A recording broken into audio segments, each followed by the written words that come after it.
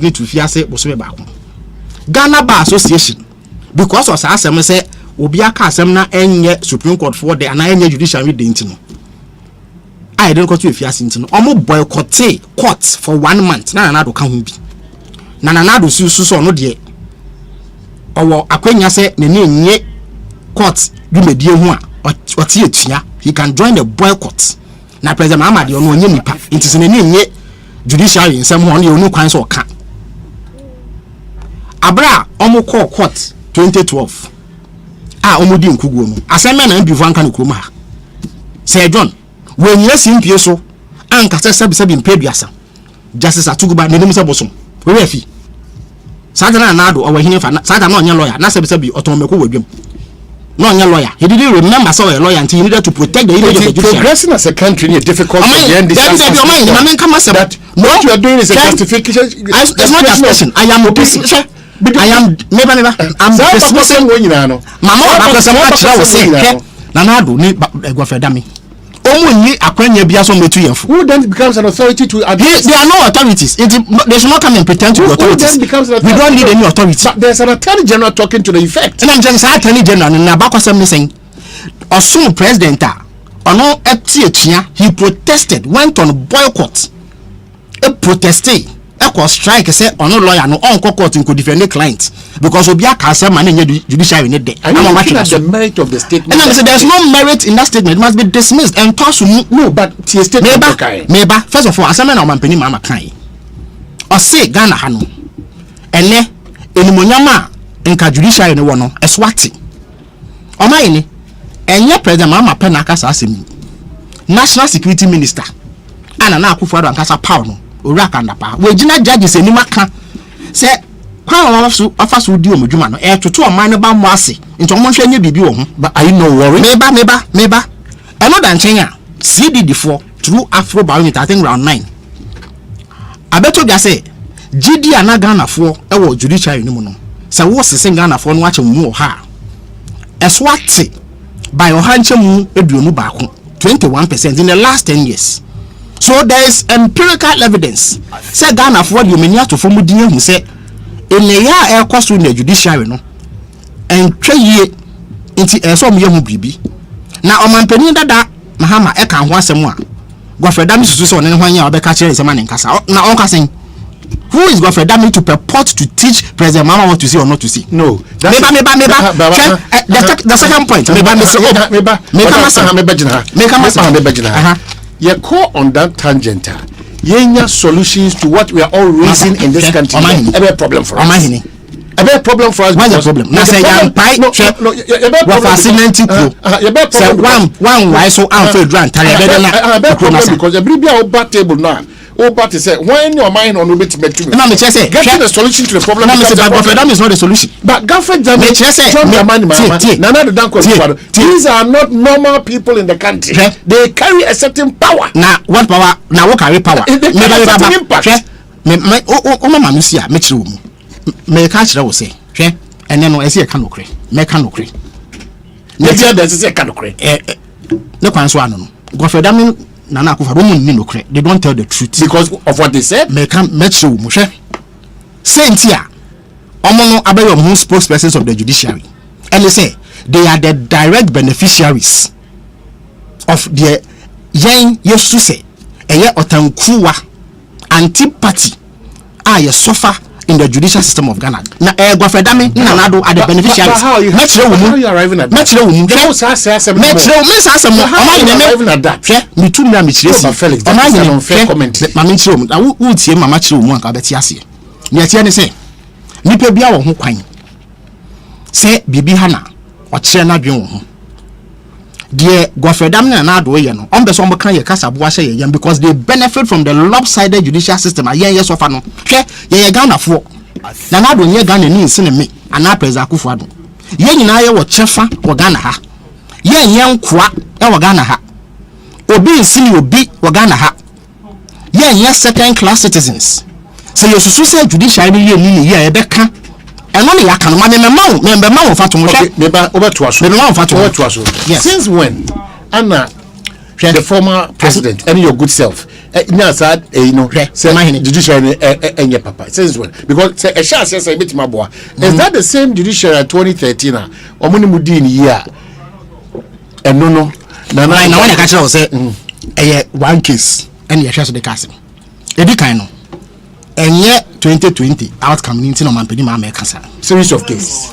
Ghana for now CDD interview no omo case no yakwa dan quarter omo ka ho asa but that is yes and beyond NBC Bonisi we have suffered historical injustice yeah me yesusu say the judicial system no they have to tankru mu they have will be bit tia yen no but that mama nkama sem say wo mama nkama sem not a fair comment why is it not fair but woman me kwama arrive at the conclusion me tell say hold mama wo fato ho mema mfato wo kuma me akwanya mema mfato ntitie me mesra wo hwe enye 2020 election petition ni ntino mampeni ma me kasa hwe nipa bi ani wiase a sabi mpedi asa oye reasonable say na abafo beka ne na obeka say one case bi nti original so akasa onye obi nyesa mampeni ma minimum odi no hu nipa onye obi o type kasa nti he will never draw conclusions on how we are treated on the basis of one case but Omanhene there are several cases. If you are Mampeniku for time for about 20 years, we have suffered that historical injustice. There is selectivity in the way we are treated. I don't know. Me make a choice. What is about the judiciary? Maninka Asempa in the last few years, especially now the presidency. She, Muntie 3. Emrantie mi ensebia.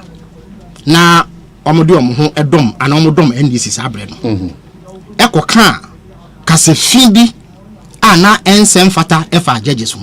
Omanhene nyina ka seti ai ana meboa menim nipa obetumi assign manche niti so omka say yie omanka say yie ana Asempa to dwa no Omanhene eni nansa ana Supreme Court na nkasa esaman manche ne so omna me yom ho ano na omo nchire se nti a eni say yetwe omaso ewon se omo kan no ekwa ase no ye de omutu efiase 4 months mfie 9 Omanhene akokora poso openi ato ahoya station ni yene dia radio good but na se ne menyi ni se me beba he wo bo owura kwisi twa mane nti onim se me ba ha but mranche nko ka sa no omo de asotwe ni bi ma ni pa station yene dia kam mranche no ho e bo ne ka ana se me kan nya no kure Omanhene eye afi 2017 MPP mranche tu trafo bi e koto she court so e wo Kumasi sabre no na omonfefo mranche bi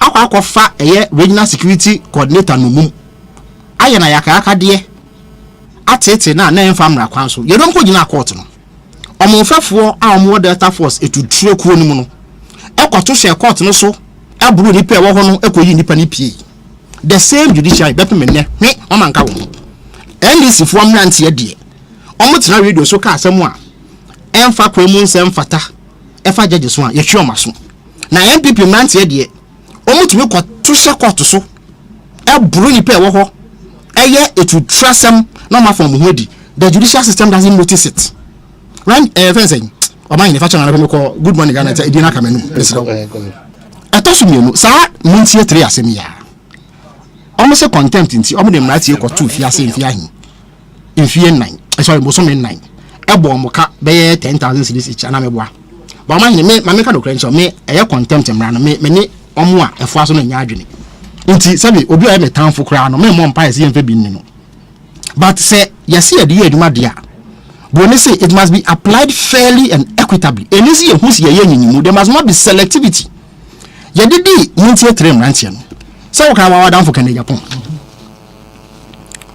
ye nyina ye wokom ha eno ko ka in fact odidi judge bia tempoto ana sa kasa no ntumi repeat ne ha ena judge no say wo asem wa akoka fo me hu bra na be kire se nti a eni se me do tu efiasa na se me twe waso e wa asem waka no Omanhene muntie 3 mrantie no ye do mutu efiase me boa kene Japan na ye MP a obehwe so no kra no the level of expectation in terms of responsibility no kra wosoro no Omanhene den ye no sa onam nti MNC mrantie de go through process masa what process Omanhene no don't Omanhene don't overlook that masa don't overlook the process or ko mu no go through the process and Omanhene process or ko mu no adenza na ente se de muntie 3 mrantie no ko mu no what's now ready so can some edit atem na ye do tum mfie nan sorry bosom nan ya NDC format here dia Asempa na Kenya Japan ye dia elisi de to NDC studio enya judge for studio masa and say David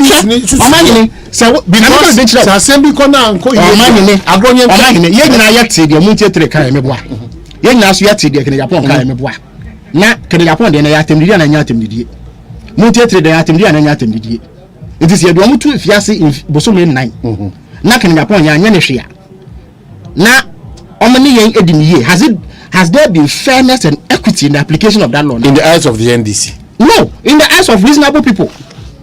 Judge na Kenya Japan did not tell almost ye nipa sabi say judges na muntie for did not pepe adentina yinyemu etesa why was that selectivity applied in the two cases eto so miensa Omanhene sam Kenya Japan asemi ya so kai say na sam ne bae no Kenya Japan share letter e come chief justice say osusu say eye judge no when your fast share someone say Kenya Japan should show why he should not be punished severely no osusu say judge no ewo or time be the man no me who say make no say the judge was prejudiced against him it is okon enu anhwe here na watoto ne fa hodi ase asa me ganya no kre e ma chief justice grant say okay sa na tie dia ye be say judge say na be ya obi a only personal grudge against you and am eboa correct and na oba bet na asem so eno fi wono so okay say Dr. Punisi wo case meboa Dr. Punisi case no ye the judge bi e ba say on bet na asem so afi 2018 sa judge oyo hene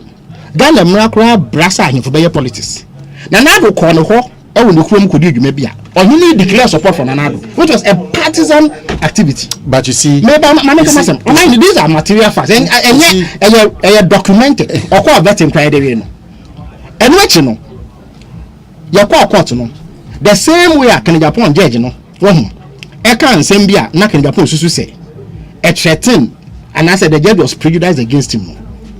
Dr. Puni lawyer so actually command Supreme Court say judge no can sembia it shows a certain prejudice against us. Into yesra mo monhwe na monsesa no yesa yanso yesu say yesu say nipa ye di na sema no anhwe ya na ne fa hodi no ya toto nase asama make me boa Supreme Court omo ye panel of 5 miensa ene Dr. Puni judges na ya adwene lawyers na ya adwene ena mienu ka say de bi ntina aseche ne say judge no ontwe ne ho fikes no meboa eni na mu ani nansa ene yedi mienu beka ho no mo bogu ntima na o ka say despite the feeling of prejudice against Dr. Puni Awama express no the same judge no abroad tickets this one the Supreme Court judge me no can say with this 70 years of retirement now so you say change na chi on want case no so the concern about the likelihood of bias and prejudice Dr. Puni kan ne dey dey atu baby me mom dey kan Japan kan na o hwe come chief justice dey dey adwuma it is a way reasonable person na Ghana ha na wo hwe say eye atemu no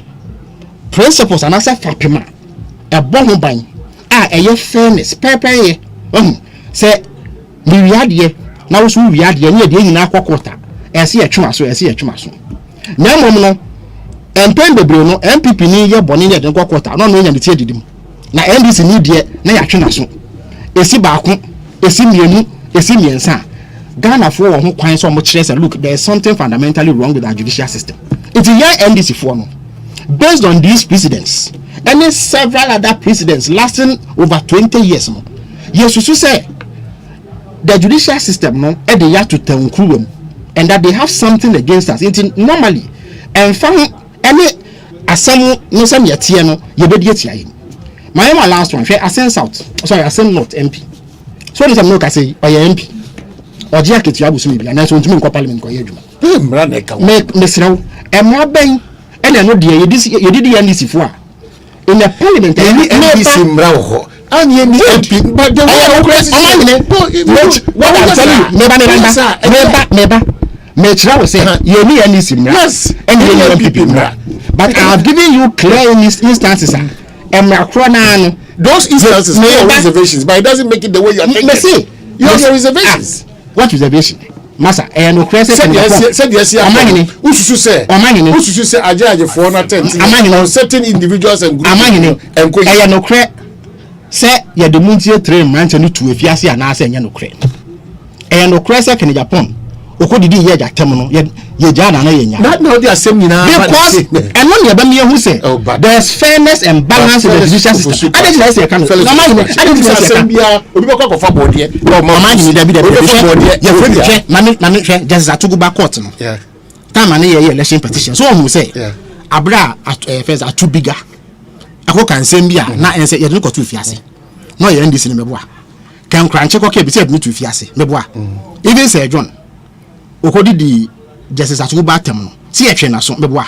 So you could see say oh ndc ni ye no yatwe na so MPP ni ye no yatwe na so ndc ni yatwe na so MPP ni yatwe na so but if you work on who say ndc for ye yatwe o maso MPP for ye yantwe o maso ndc for ye yatwe o maso MPP for ye yantwe o maso it gives legitimate cause say obi a reasonable person na dwemu da ho a ohun say no bibi enkoyi etoso miensa no Omanhene Eya Nana Akufo ne your fencing. Godfrey, I've already shown you say in their history, no, they have attacked the judiciary of Ghana. It is incommodium de bano. It is hypocritical. Eya nyatwome ye kwa bako semua. It is not going to be healthy for all of us as a country. We need to progress. No? I'm saying that the reason why abako semu hia ne say it shows you say deeper our council no consistent. Me time I dey say John a call court for contempt no. Because I say me na yeme nyon kakra na me ni nye ho even though me say John nya adwen politically because me susu say contempt me no ye ntre ne kakra nhwe ye ba be ye ohaw kese de ato Ghana for efa hodie so I maintain that position ye de muntie tre ko na maintain the same position it is consistent Nana Akufo Addo ne Godfrey Dame say say we ni nyi bibi hu say Ghana ni ba say president Mama ni nyi bibi hu na wo kasa ana wo criticize ana wo kan asem bi efa judiciary ne ho a etoto ahode omo wonase omo say it can collapse the judiciary ojitu masa hwe no ojitu Omanhene judiciary omo ye one of 3 arms of government me betina hey wo bi sa me sika asem ntoto asem abona na Akufo Addo echi me boa se bi enu na ba na egu ana me se me fia me so ye se me kwada ana me boa abibi aba beto ja se MPs akwaje ka loan sa ma fo twa bom sa it is ye twa bom a say MPs ni shemra enye adwuma na MPs omoje e-levy 2 mu no ene e-levy yentia inti ya bom achi ni no say omo pass e-levy enye yi inti ade na judiciary nko ade ye ni bi mu ne ka ho asem pe it to collapse na nse in America case bi by friend say your friend Roe versus Wade e fa abortions ense me ho e yemra awo ho abe 40 years ni ena bi mdu ko say omusu se enfa kwa mutu subu court nhwe no ntwem be ye bosome miensa kwa nan ni omo judgment no eliki eno po na enye official judgment omo de aba eliki based on leakage ni kekewu America president Joe Biden okaseti a Supreme Court no yonyonyo Nancy Pelosi oye speaker of the US House of Representatives okase ye omo parliament ena vice president Kamala Harris omo nyina ka mamen kan bibi nchrew Nancy Pelosi na some kind no say today the Republican controlled Supreme Court Supreme Court Republicans for no ashe homa has achieved the GOP which is Republican parties no dark and extreme goal of ripping away women's rights to make their own reproductive health decisions. This cruel ruling is outrageous and heart-wrenching.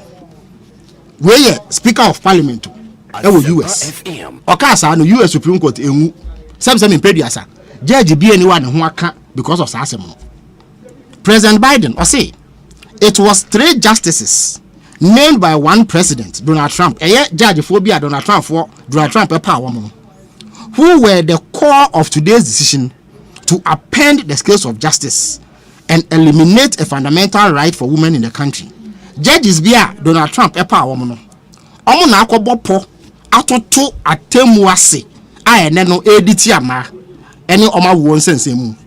Kamala Harris, Vice President, or say the Supreme Court no is a forum packed with narrow-minded activists. Sabi Supreme Court no impenefo etiwo no omo yeku a omo adwen mu enno na omo to no omo ye niam afa. Etisa kasa no makasa. Ina meka me na me say yenkeka bi wa. Me ba me sro. Omo kan ye no ohawa aba US Supreme Court na dia. Enti yenkeka bi wa.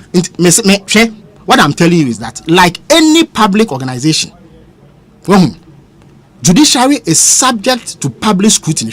Judge Penny Bipa, your friend Louis Brandes, now or your former Supreme Court judge, US. I say sunlight is the best disinfectant. Adia ekumumwa wapa any area. No person actually say nipa bi hyesu mase di bone. Na wo de ehwan ehre omoso a ekun sa bone na omoye no. Hwe president wo ho no yeto abayi no.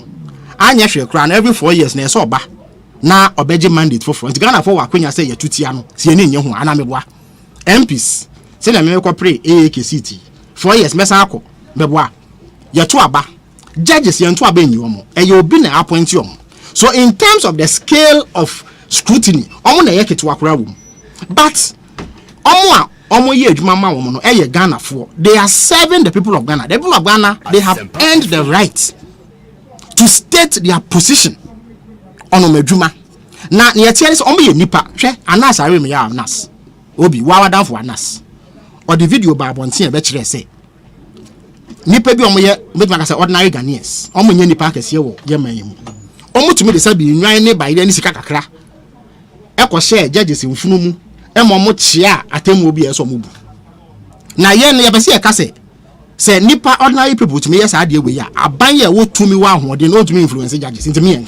Okay, so first Omanhene asem wa ye kan say ye NDC fo no ye de ani atofom ehu say bibi wo hɔ a ama aten yi a ese ni Ghana ha no da no echia de tia yen nti yan hwɛ ne yan tena no sɛ ne be ya gidi a ɛso ehwan. What is that solution amohwe? It is fairness and equity.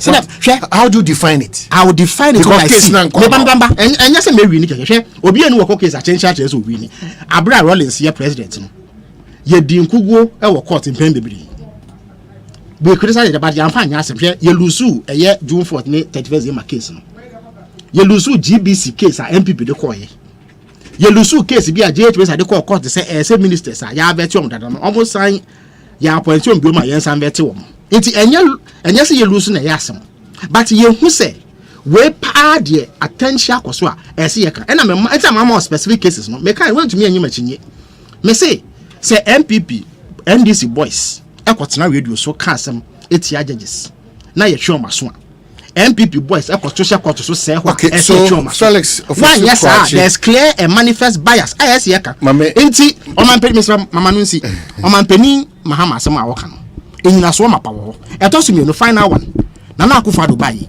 There's an obvious packing of the courts hwe ononko a wa appointed Supreme Court judges 15 akwanya da ho mremana na me say hwe Bible ka no before you proceed on akwanya da ho mremana akwanya da ho and there's no case I want to say yes you akwanya see e kasetia because hwe mane show bibia no meba appeals court wa appointed judges 20 ya kan bo mu no wa appointed over 80 judges in 6 years amampeni bia nya bi da etoso me no nipa ni bi o hwe of course they are very scrupulous judges bi o mu du o mu huni omo yo omo nyama yie nti omo se fata se ombenya sa akwanya no nti any problem but there are some of the judges they are openly partisan hwe ba ko bia nanse yi no on the Facebook na all your partisan MPP politics na so apan so nko ye judge ba ko bi so wo a adanse dia betodwa se oye MPP enye se bia MPP ni kukuo mu openly partisan and MPP ana ba ko bi so wo a openly partisan and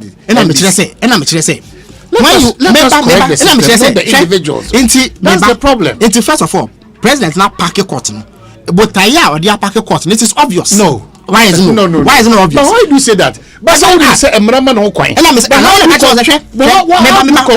watching president we ba appointed 200 judges 200 Supreme Court judges the because mama no wase me so that was it is asem a omanpani mama kan no owonyina so mapa it me sense so dua na akufo ado na bakwasem kire se ono no nani anye Supreme Court nhehye bi ho in 1994 no he went on strike as a lawyer. He boycotted courts. It's on to him a country president mama say nani nyi ni ye bi ekoso Ghana judiciary mu a mane nkasa na wo kasa wo toto eye judiciary nasi. On call strike no judiciary did not collapse. It will not collapse the judiciary. When we have a situation like this woman, Asempa FM. I'm not still sure whether she was in fact deported or whether she fled the country the first time and has now come back. But whatever, there still seems to be some uncertainty about it. But whichever way it is, she has become the sort of nickname for all that the Galamsey represents. And unfortunately, also for the involvement of Chinese nationals in Ghana in this particular illicit trade. We have constantly to work at it. We need to have the cooperation of the courts. Until recently, till I came, the punishment for people caught was relatively light, a fine, and even if we're going to go to custodial sentences was relatively minimal. We've changed the law to stiffen the punishments for people caught. Well, as I buy 20 come on the show and say, Minister, information. Good afternoon. Good afternoon, sir. Bijiri so here. Oh, Nyamiadum. Boko. Minti ene se opeso join your conversation na otinetire nyo maybe.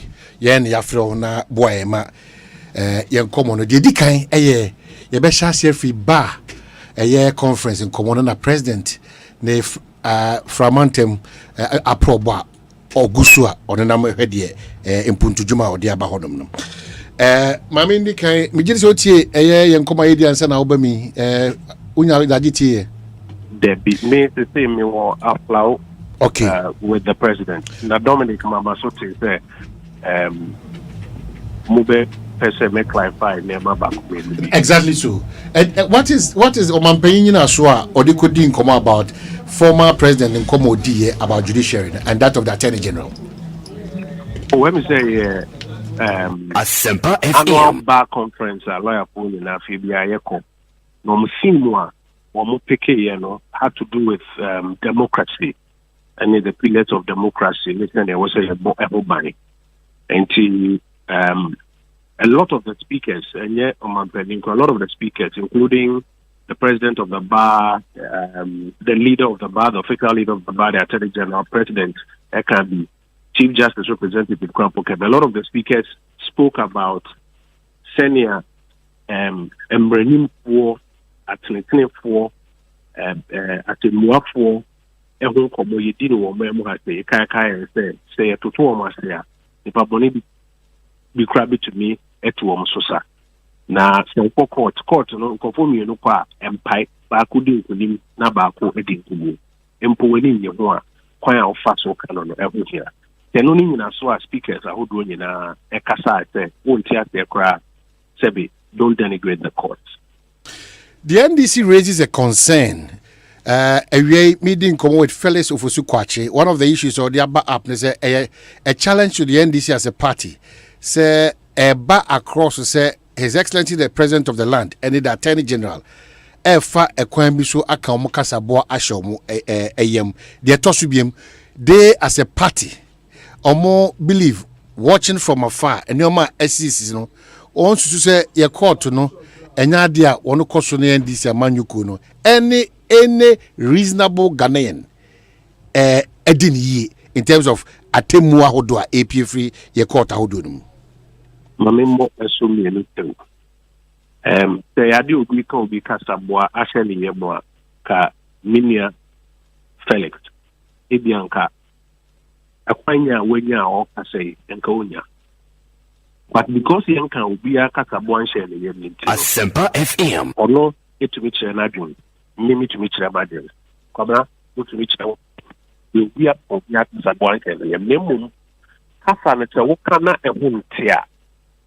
I was so more to sit a one cup a year. As I believe I can say, Oba him, my Elizabeth, Wakabia, you see, yes, you know, and for 4 or more, Sebi, Kikan, Simbi, and maybe Fahua, or minus 2 cents and Fatano.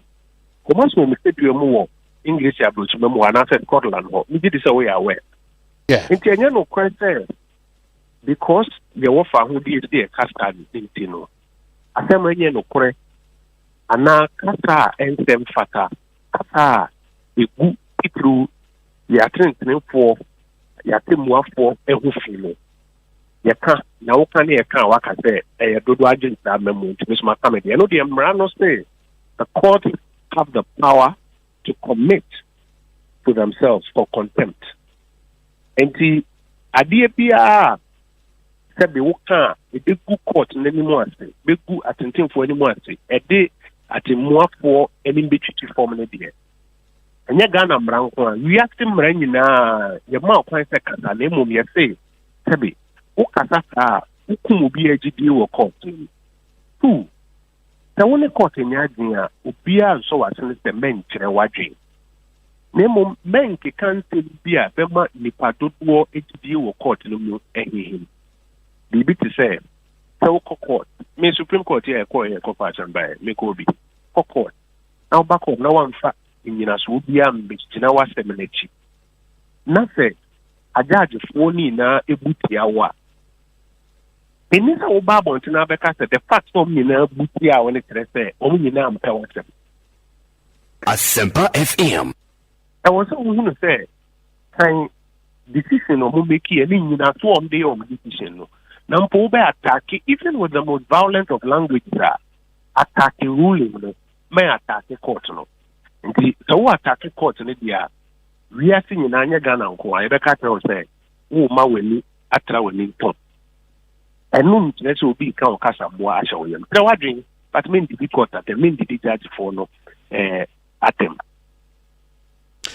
But Kwajo, worrying because this is the biggest opposition party here. One Trump say the judiciary, one biases towards them, no. I feel they are openly, I so glaring say they think that they are is helpless. They have to go out there. Among Kasa, Emma, Ghana, for New Year's in entity, Ekoso. Very unfortunate because it goes to the heart of your democracy. If at every point in time, who attack state institutions, then what to issue. Actually, what can more society, no support, watch on my boss society, what's our phone, sir. Watch on my boss society, the entity or mine, sir, the to me, sir. Some will be attached to dinner when you want. Fastamna ni pana kamo na mo bia hu se asemi yo kansem for me aha mene ne nyadwa attack issue no na so wo koso ye say dia na me wo undermine confidence in all public institutions are related to the democracy no wo undermine wo na the nyame wa dom na ochene bi wo be dia ban mu a wo be person obi be di court wedi wo be person obi be di ED Obepeso obi beji asofo ene ahemfo adi enti your politics obi akasem na woni ne nyaadwen Asempa FM mem itwe na no wo form men nidi na sem men ngu ni history because we are there na institutions of your democracy you know and who stand and a democrat a true democrat should not do that. But how do we move on, especially when the former president, Edasu Jina Diogina, na party for so NDC party for Ojina Diogina, worrying because this is the judiciary. Our last hope, or mine biano, a honor, ye GDN Nasha say, Yenko, Yentu Ejina, and Sana Yebuatemo, Temunina, Mokano Cretre, Limia Family, was the Debbie. That's by way. And yet, Abraham, now down to a people to call court, 2013 petition. 4 out of the 5 judges, Ibuaman, 5 now he convinced almost half of the bench. You know, one reasonable pian to put a young pian, 2 judges, 5 now supporting or say, we need the ruling minimum agree. But the assessor money back there, Moko, but it didn't mean good, mean to Mano, the Magiaki. Oko Kenya. And then Uhuru Kenyatta will say inauguration no uncle. No. I'm already Okoye. Raila Odinga no say uncle. The statement will not say on the court ne nyadwe. But what they say court the yengu court will say. Enti ojitu even though I know about nyadwe. Yen ya no men uncle ade. Oko court na we ni na che say jama judge ne yeboro sama na say judge ne biased against him na say yen sa lawyer fo ni na ye kire yen say so woni judge ne ko nya adwen a ye kwan ye fa so kire ya adwen na wo disparage court no dia na ne wo good judiciary ni na ho and then we are there Kwabena mu nara and it's a moment to words local street onia kawasa ya case no na de ye dia na mo ka tell mo supporters we win election afie ko court a musi mu win no bi aso win court si mu mbe prove a akoye bo achibidi David musi yen kofre easy paninu mbe je oni enu no hwehwe no kure bi wo ne mo yen na wo kro mo obi a refi ye it's a court no rule against you say all the standards any thresholds the woman in when meet here you don't I mean obekata krekwan of us meet here meaning ni say o no ka say o ma tro kwan a o pass meet here me who review paper bi o ma tro o mo tre say kwan we dey fast to meet here thresholds ni na. Okay, so me jiri so ban cry bit me din command but man pay na problem na ba we from antem you go so aye and not the inspect Eastern Corridor Road. Let me yapa say in your degree and moment income. Eastern Corridor Road, I prior about them 25% complete. And now I look at the core engineers literally say 75% complete. That drive one portions in the last 5-6 weeks, portions of the Eastern Corridor Road, Treaty, Sandai, Eba, and away a Kofa, Pebe side or Upi, Asikuma, Kwa, Pebe side or what. Calling him about 75% complete. I'm pretty uncomfortable in any country. Just not the office, no, be the class happen. Then you are no central for the book where you be live with TV. So you have some money treat. Now, more people will not gonna for everything. You call whole central market. You see new market or why every piano. Then you just share no, send your money be a 30 to see market. You better over. And you know, why I had the same thing on your call when I'm penny for Agenda 111. You call South Dagi, Ekoshibi, Minian Rocks and the Piameko, or no one between a hobby betray, it is chairman in Sembedasri. You say what TV show, radio show, multi and million could be a bridge before Pando, a connecting Pando to the other side of Insuno, a bit boost a lot of economic activity. In the Ejuma Bibri air coastal across the country, even in various hamlets and villages. And on my penny literally. Sabria Minokati, you call about where you bear the of teach some people. Now you be one of the senior high schools, Loto, Ano, Ansana, Ivia, Yaba, and Cry, and Nana. Okay, so you're that a year man paying team at Jumapa Moyas, but man paying as a din comobium, O Queen and Pese, Oma and Chimukaka. I shall one as spring up a lot of conversation on various platforms. Omanpei worried amana kasa on this matter. Okasa we no mutu say muankasa party leaders no anamontu obi anu ese mutu anansem bi anu ese mukache Ghana for because it's worrying. Mpatoni ne worrying. Obi ya deport no na wasaba manim. Kwa ma yenchimbe mi no anamenta. Journalist na no your man penny interview no obisa ne say Aisha 1 year you reporting the senior okay and I pay reporting no wasan ba o memo mistake am I actually be and no tell say galamsey fight no e failure na no man penny can say me first one no kind no we no want to year we am be show if I make cry no o kasa no kasa we and me am shame. First one, no say, so deportation.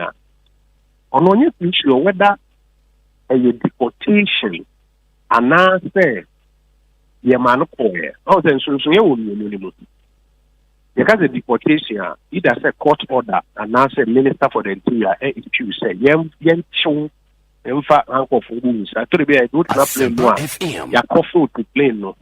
Near the water happening, you're quiet, the work of maybe a police for an immigration for one week. It's Ghana here, we be a cat and go for you're deporting Kwabena.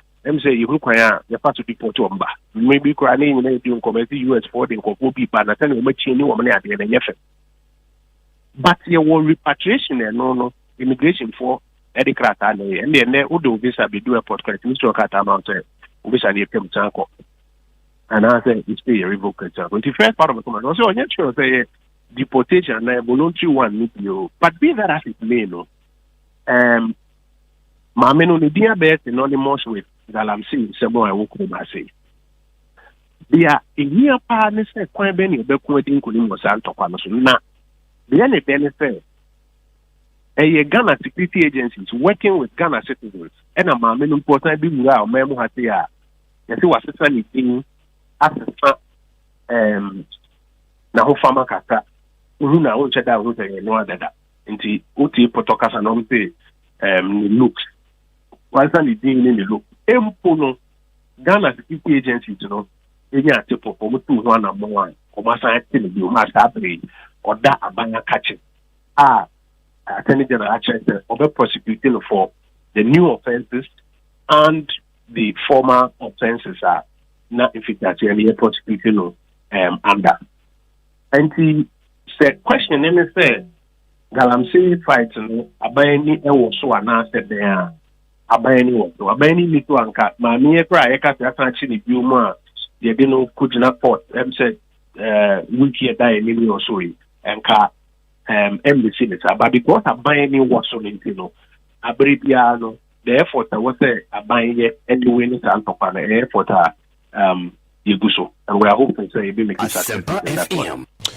Well, Kojo, essence of qua probonti meja what me a concentrate on the way and Yami Adam Nabedua. I'll be grateful say bit me didn't come studios nafi yen community mako deeper than what we've just done. Thank you so much. Say what you need this ankomo yi. Kojo Ponkroma Minister of Information ono Edigana Mampenya echi ewo framantem ewo aprobosun kwa Mampenyi eko sabia onum. Ye ka say there kane eye mikro mensi krachi. You're Fusini. We are shedding, and said Mamma Kwaba. To shedding. That's it, Omanhene. Kwaba. Yura. Quampocusi ID. Omanhene, Kwabena, Asante. Now, we Yamina don't be a kama pa. Bibia. Felix now, Kayamana Besse, how Casa, some more can Minimal Kuntia. I say, a man longer you can some more cano. Or can say the judiciary, no. One susi yemuno. One ye nyoma enko ye. Inti minim the opposite oken. And see, that's I'm not cano. So no Gasano. Nisubaya wa done a DA. Actually say, and request over to me. Actually, why doing after judiciary no? Go a better now, Jaffa will be anyway. Nothing say consistently. Nothing say, well, better or 50 casa 15 ra. Or to say judiciary, judge Biabacase, one can antum. O man send me be I am most not console and no casem now. Although who sleepy now catch and say, that's how I was a man okay. Say, no question, the old can say. Ya gagamo say mama ka say ntia judiciary no and the judiciary ya dey anya one yan kana sem kuma obe ha ko bi asem even the president of the land no mo agent ma kwa kana asem na obetena for 1 hour 30 minutes what can judiciary asem FM of course me ne nya adwene mo kan utie na metinachi me na metinachi o tikra ontini metinachi o tikra o na no kan wrong the tofa nyina asem me che na bisa na agbo no tofa the tofa boni nyina ne say o si judiciary never be komu a ase enkoyi ntwatia very good want me nka judiciary nasem ndc for because kan say ya park court no man na park court no nanado where dey park court no appointments intima president in appointment wa ya manabro so hey president appointment wa ya manabro so in the history of Ghana if you nkuma penso be kan appoint che obia ntiamra baromo so ya manabro ahom na de ntiamra de na bro wanka obeka ade ntiamra na bro so wanka obeka Kwabena Asante ade ntiamra na bro so whose estimation why measurement you use say bro so na Kwabena watade e hye so chen wa bro so what are they show bro so because what attack me person no me I'm attacking no me matadi e shami say agabe ho ketekete say the shower enko how dey the shower be simi na say you know an estimation that's what I'm call man Fortune rice. It needs just a little water. The grains don't stick and the aroma and taste are delicious. Fortune rice, always on point, just like mom. Now introducing Fortune Emopa, your tasty Ghana rice for all your rice meals. This advert is FDA approved. Just like mom.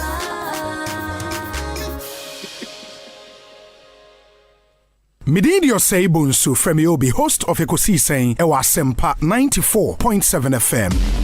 Ebnada ene yawa debia 2:30 p.m. to 3 p.m. Yet the new segment be bremu Ekosiisen so. Yatuni di community concern. Ye hwese omantemu awo. Bebia wo Ghana hebia. Bibi koso wani enye ho a. Freyen na fatuja. Na yensu ye ni etrema on ye mpene po masibre. Ye the special WhatsApp number ebetuja. Se bibi koso obetimi atwa video e de asende yen. Na ye yi ewe in Facebook and a YouTube live stream no so mo obi a ohwe bia etimi ehu de e koso. Na yabomode ye de akire ahwese ye the solution Papa Ebebremo. It became your home Ebnada and Yawada 2:30 p.m. to 3 p.m. Near for community concern segment no Emremo. Live on Ekosiisen On Asempa 94.7 FM. So community concern providing solutions. Semi sorry no pa. Kale Chaco toothpaste na me de twitwi missing. And mommy confidence the money nyina. Se wushia ama na me sifite guso na mesre a. Eya wanwa hu. Me de Kale Chaco toothpaste ene twitwi missing. Obo ade ni pa e bo bidie mu no. Ene e dia Kale Chaco toothpaste. E boy sen ho ban e free mowa e boy sen mu tokro. E se ahye ene enumunka. Sure say amani Kale Chaco toothpaste so nie. Yeti center for. Me dia magical Chaco toothpaste atubu. Me issue na no pa. Ya na dwa me kodano. E ma me sinye fita. Confidence level kwaso. Entibi na ma. Na me si 32 ni nyina guso. Enkane no ane maame num di bidie twitwiri yense no asaya bebie mu o bidie wo Kale Chaco toothpaste mu no MSC ye fita e mana hoden ne sayi nka bia ma wonum ye hwam enunti mu amonom coffee wine any tobacco e kamo seso no aba mamo Kale Chaco toothpaste sankofa yenchi Kale happy smile FDA aje edwedin krato ya tomo. A bank that supports you, a bank that cares for you. Hand in hand, we stand with you. So lift your head up, big dreams await. Asempa FM. We'll walk with you wherever you go. Where all your dreams come alive. CBG will make you smile.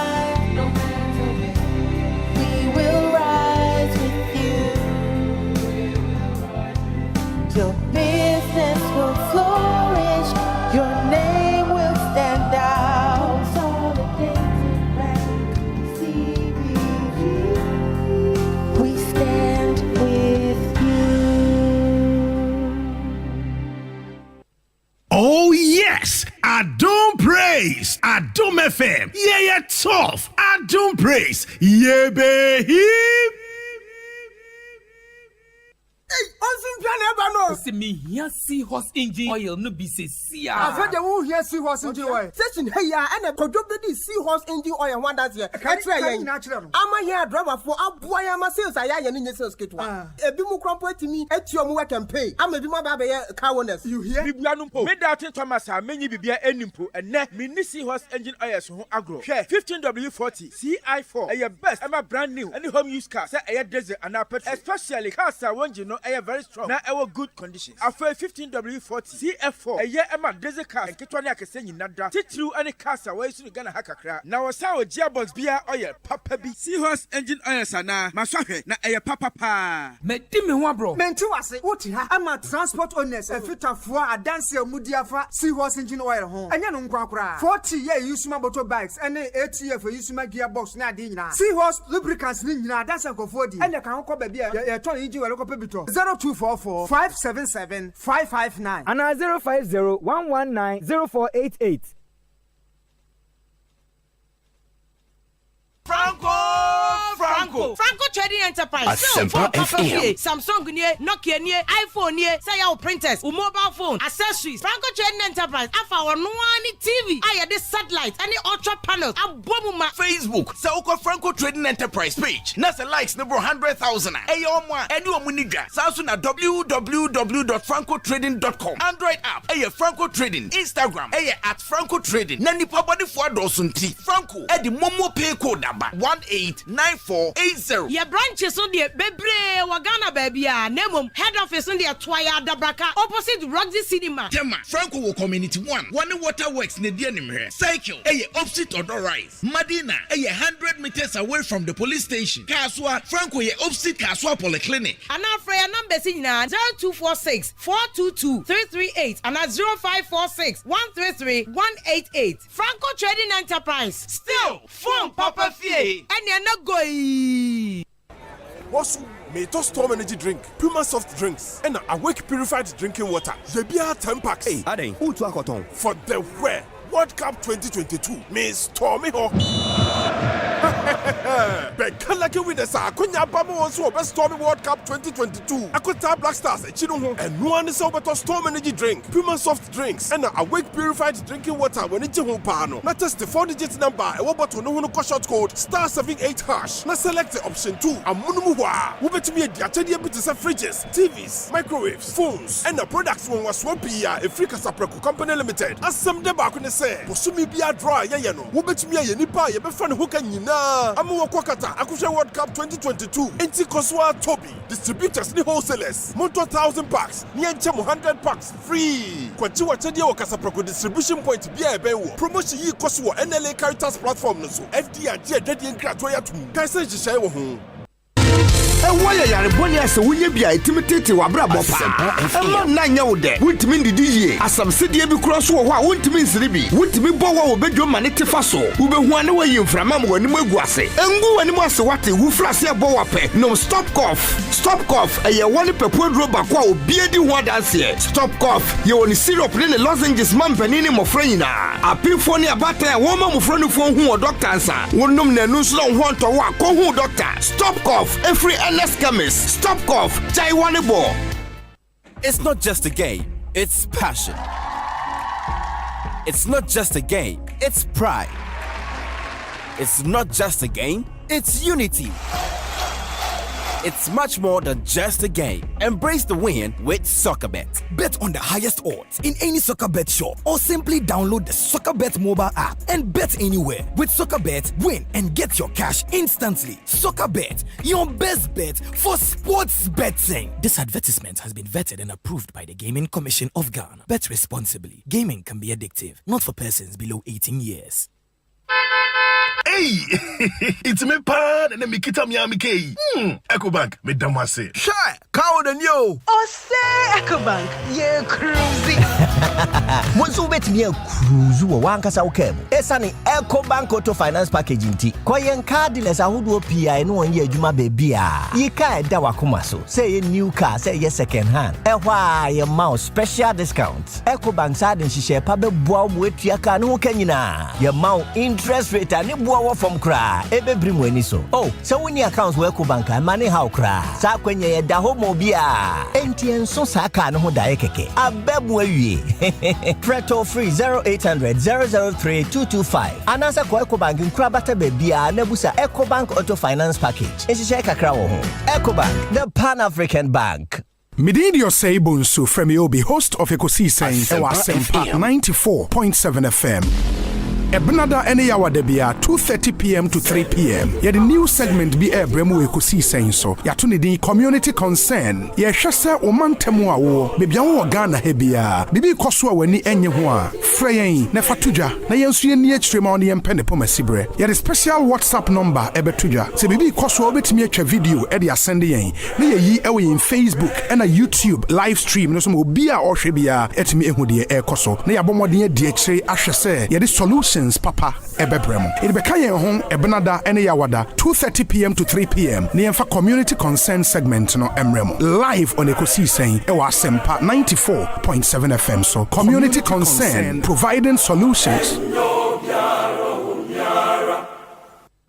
Omanhene, Kwabena. Omanhene, Kwabena Asante. Omanhene, Kwabena Asante.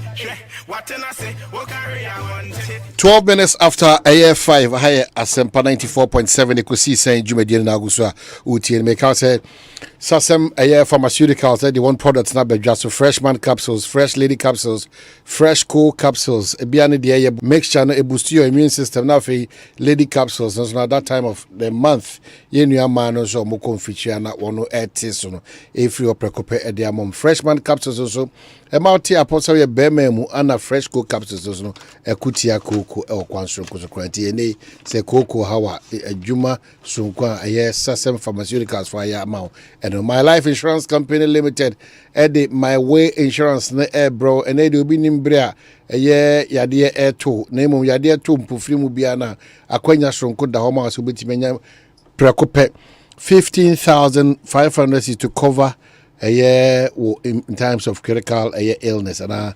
hospitalization. Oh, enjoy my life idea.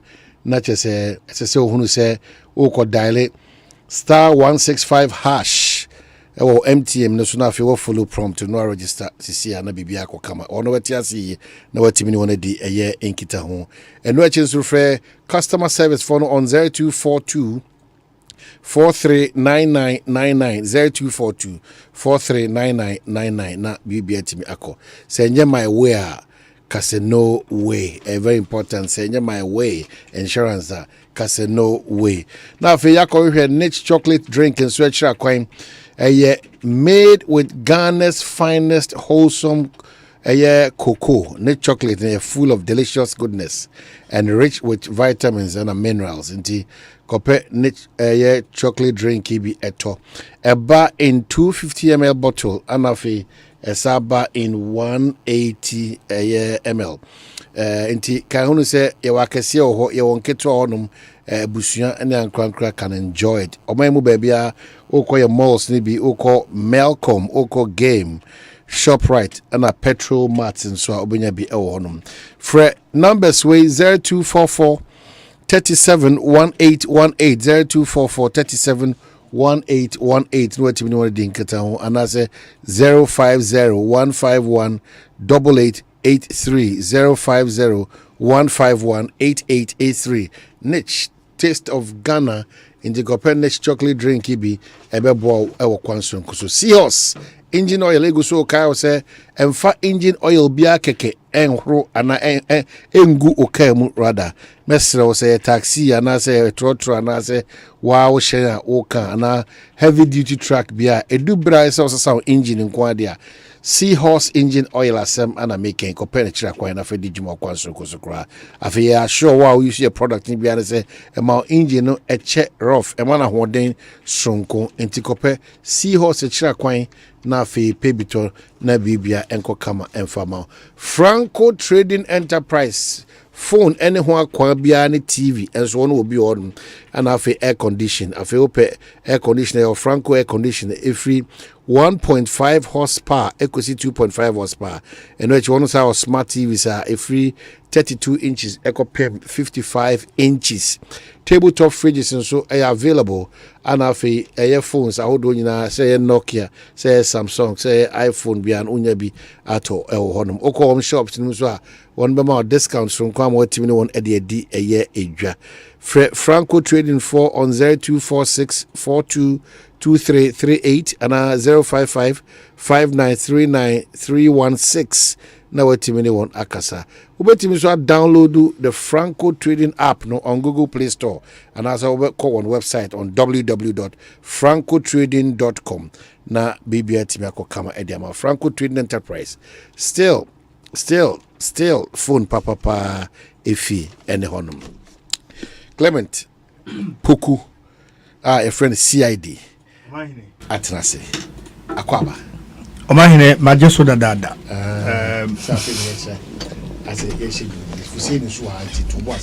Nukura ni nwanwa. Am I uze the akoso no. Ama ase damage control ayi opon kuruma be nyina anso. Dabi. Uri DNDC ne Felix here no. Eno ni na me kenkan book bi.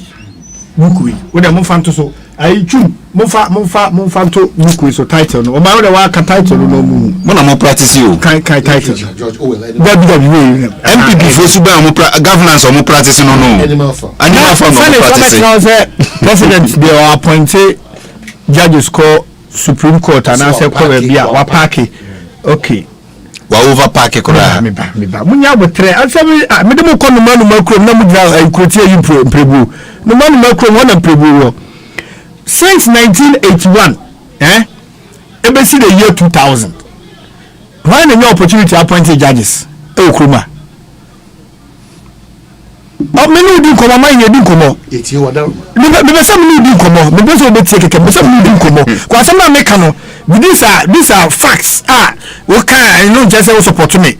Because and then somehow I can't be just support me. It's me and me, baby, no one am. Me name a pen and paper and a num. The producers in Iraq.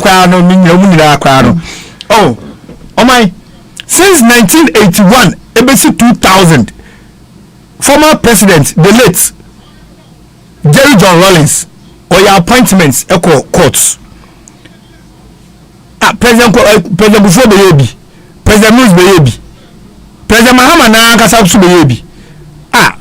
Now His Excellency Nana Danko Kokwado, on the baby dia. Ayamana broso. Numa farm. Ena mo pache. Ono kwa ayamana broso. Koto de budget. Munya nche de on fa. Sa wayamana broso na ara me pese mo beka no. So fi bi term no na abroso. Ena basa me de ba. Oni wutumi so appoint ana na aso o wutumi a wafun ready. E wade nyina. Let's speak to facts. Enya sa o ka keke sa o ka say. Adia abroso ama o ma yero koto aduane a ebi obetime di 10 cedis. Me ebi obetime di 1 cedi. Me ni 10 cedis abaka sa abroso. Ama me nko. You see Dennis for ne ye no. Mo we fi ana ya na ye kan Ghana ye we fi ade no so ntem sa o. Se de aro maju yom set se no.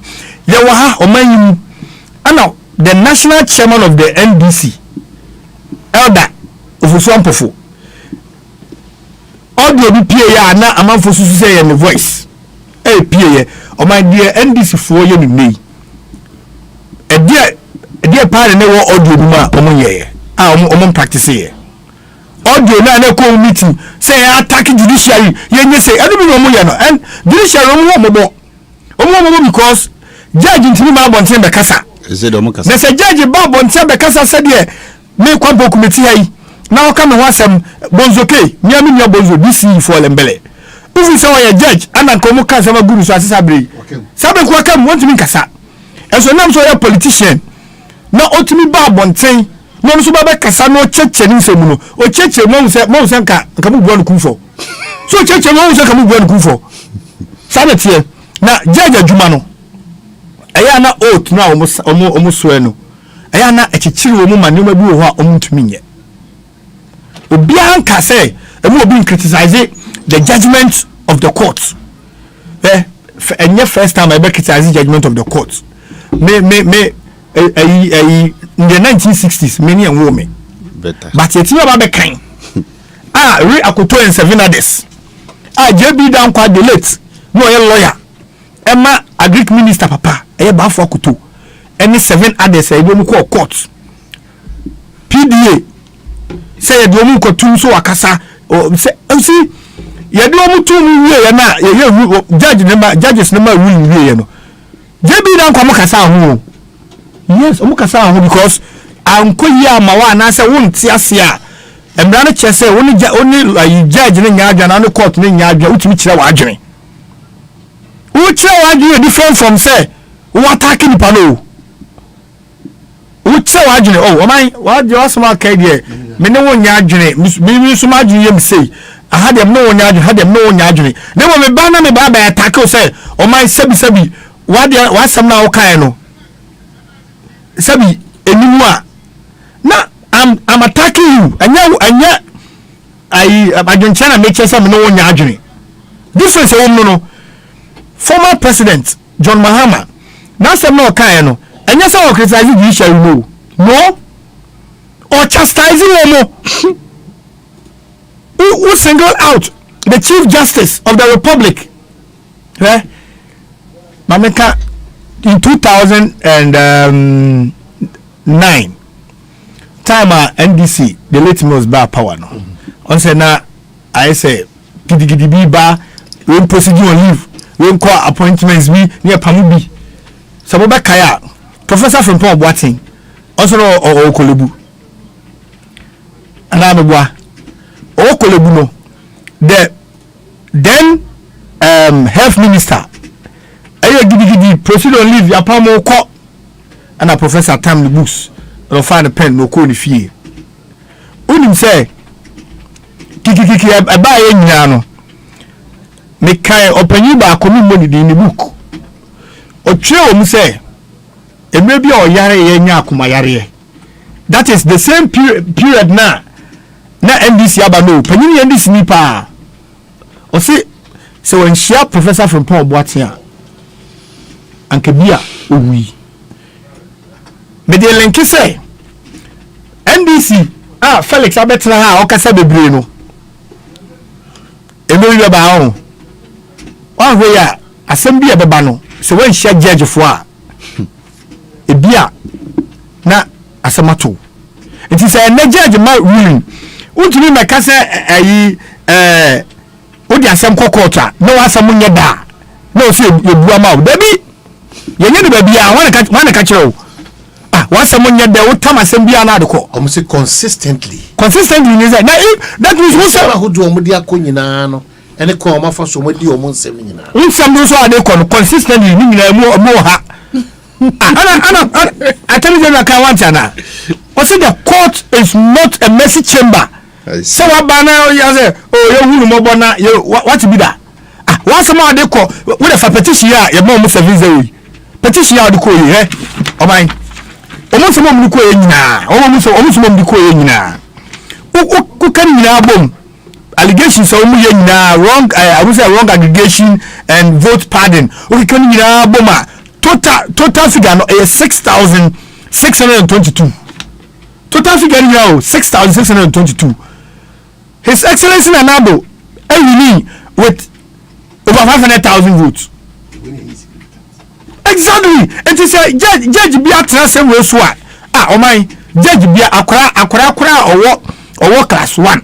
Now ucha de mucheno okay onim hwe kra no onim hwe no obeti 6,622 no every 500,000 no who say yetifi ma will it affect the decision of the electoral commission about overturning nana and I remember being 50% plus 1 nana yes analysis when there why do you think that the court should move for you and I court day and I judge you be say no the person play court my na say play the political line say ade what do want some call once more da judge be the amount Professor Mills or article be on a commercial law or article be papa no na dwunu mu da ho pa papa Roxanne versus Ama no say wa wo koto ade refer bi buyer beware say wa wo koto ade no so mo ni da ho yes as ye ton ade anyama wa untumi nka say na kira wo mfa court omo ruling in that case Roxanne versus Ama President Mills the late that am not president cry or share article on it criticizing the decision. Is it first time I be see me obi utu so obi ebeka say the President Mills kaninyana because or criticize you should criticize constructively. Yes o meja na kika de ope and opposition le kwa no he's a former president of the land for goodness sake number one gentleman of the land what is akunya ni bida your mom national security briefing day in day out oh my 2012 your man ruling our Supreme Court no ye mu bi yes any court ni nyaje o ye kika de epo but obi anti o anko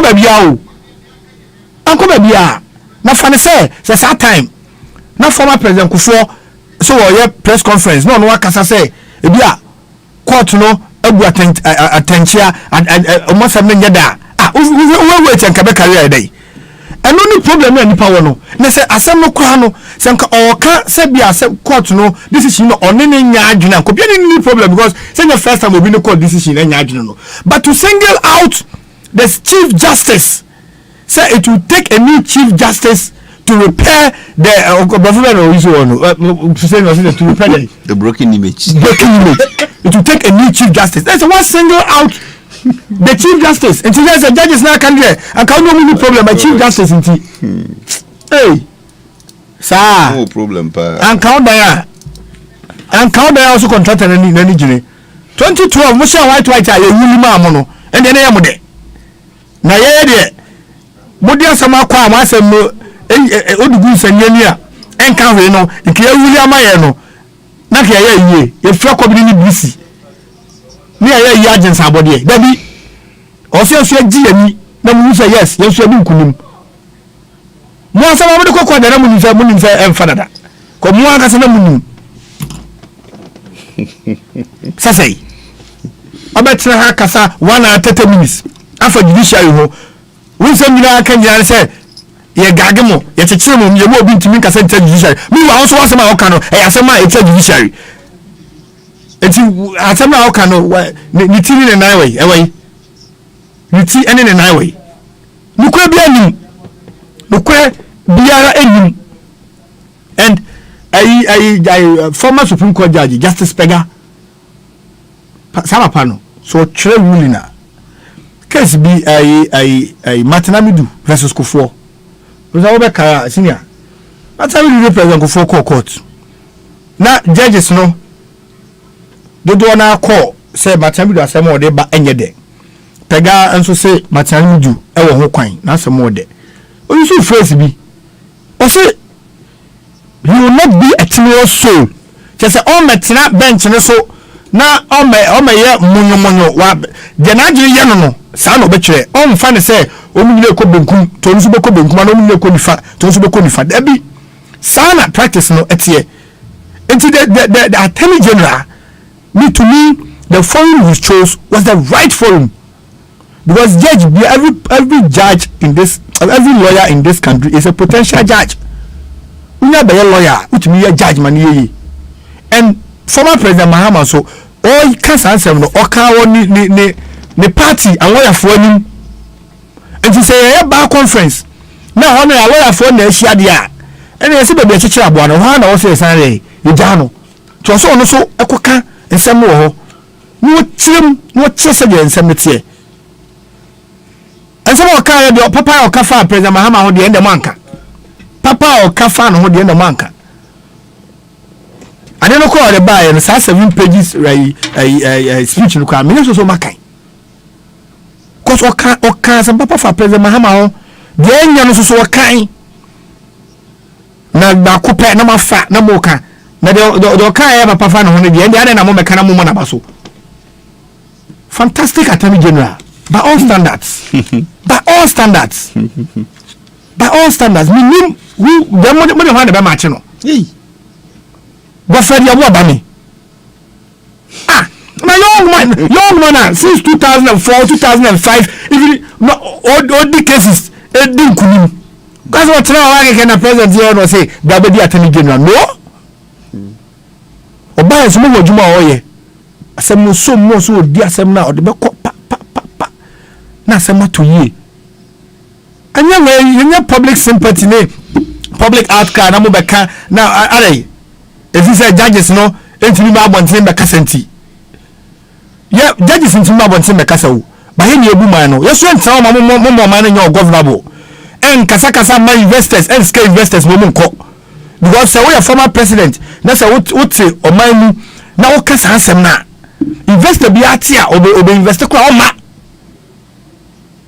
obofo na say mi o kan o say na onim so obewe abo ni ti a anko wo horo ko huhu yi opanyi bi so ka se bi kire me adam trim besi ne o man o say so onu ayarefo aduane a no ani ye na wani awere ubedi ndc fo obu fi say na wu opposition nti bibia akoso o man bi anye president appointments or appointed to court no enye Supreme Court ruling on woman and yet judges against them. Oma say no. Achina. Omo dey require you to be check my. But in an unlikely event now these same institutions now wouldn't any much from no. Some institutions are at the Bible. I find it so worrying. Say, we be better now. Not only judiciary, no much from. They say must say executives, must say legislature. They were judiciary. I know. Said Manusu Sumina. So even in the era of coup, a secret unto touch. You said that revered institution. You many money. Yakoto abo nuase. And some person say no. If you say, my imagine say, a quite beer mo be faswa. Mo bo mo amount for wa bonten and you man be say as o man make ka ai. Yan trauma mo man mu enye on governable. Yan ye bu man no. Judiciary need to be kasa. But bi biara if you say a threat to national security, any investor confidence to be for no, any answer about the casa. They should sit up. You have blown your steam. Don't go for and I'm here. Hey, me who's even here hit is other. It's about the judiciary. No, the point is, there one say, Nelson Omunina charge you, a vice chairman or Wasuka Couscous. We debate you, not listening me air come up phone so. Why in fact it's funny. It's funny. Mami share with you for ne yahwefo teacher ne Miami regional chairman Nana Kwesi. He the hamika krane say either say deliberately one MPP for John Mahama Kambrofo a omonti ase. Ana say ye tip John Mahama asema ya wo ye answer that ntini John Mahama ka asema ne yafa na asem na oka ne yada ne ebutu ne ya ka ya asem fofora ye pena soso ama no ne de ya answer soso. That is what we always do. Because Omanhene say John Mahama asema okoka no wo NDC lawyers no conference na say and no hu na Gofredame ma answer ene wati Gofredame ti miserably akwanbenso anyone tibrofo kura. It means Gofredame tibrofo and not deliberately or the mampeni dada John Mahama kan ye name as a political attorney general in the history of Ghana in the fourth republican constitution one the most politically biased attorney general attorney general when they just too glaring just say one support or kasa or ye way just say come on. The days of Betty Modi Drisu, even your friend is saying a free young copy PNDC pencil, Betty even 4 pencil. Nanado was it this political? Was Nanado even this political? Gofredame is just everywhere. Just what who is means attorney general. How? Yes, that is what is going on. How? Because I say I didn't know your court to crowd. You can do court to some crowd or radio, TV, so and send our court to fee. You can even predict when Gofredame is going to court. You can even predict him. So, and yet NDC, and I say John Mahama ne can say John Mahama ba hono say Gidia ye wo judiciary mukrano eswati and I say me catch the Ghana for say omoma esontiu. That is not what John Mahama said. Say brofuno no monti ase me chirase otwi o say and na me nemo ka say Gidia Ghana for kra wo judiciary no mukrano entiye any inkrata eba bontin any research ahodo eba bontin kire say Ghana for Gidia ye wo judiciary no so kra eswati John Mahama ne ma so teye CD di kroya na koye ne research eba ese between 2012 and 20 your friend say yes Gidia ne Ghana for judiciary no eso tia na eti say so ati by 21 percentage points enu John Mahama na ka asembi ato judiciary no so say the answer say asem no kura ne say Mampeni Kufo be appointed judges be say 3 4 5 atamos by mienu anase miensa John Mahama em say baako Nanado nko abaye eduru be 13 any Supreme Court ni appeals court nko even circuit court ni high court cry ni nyina ye appointed another appointed judges ko and another brazen turn off event ni say political candidate party candidates MPP party candidates brazenly are being appointed as judges. Now what do you think is the perception ben how they man nipa na wa bonten ho no ntima mo obi anka say it can undermine the confidence that we have in the judiciary.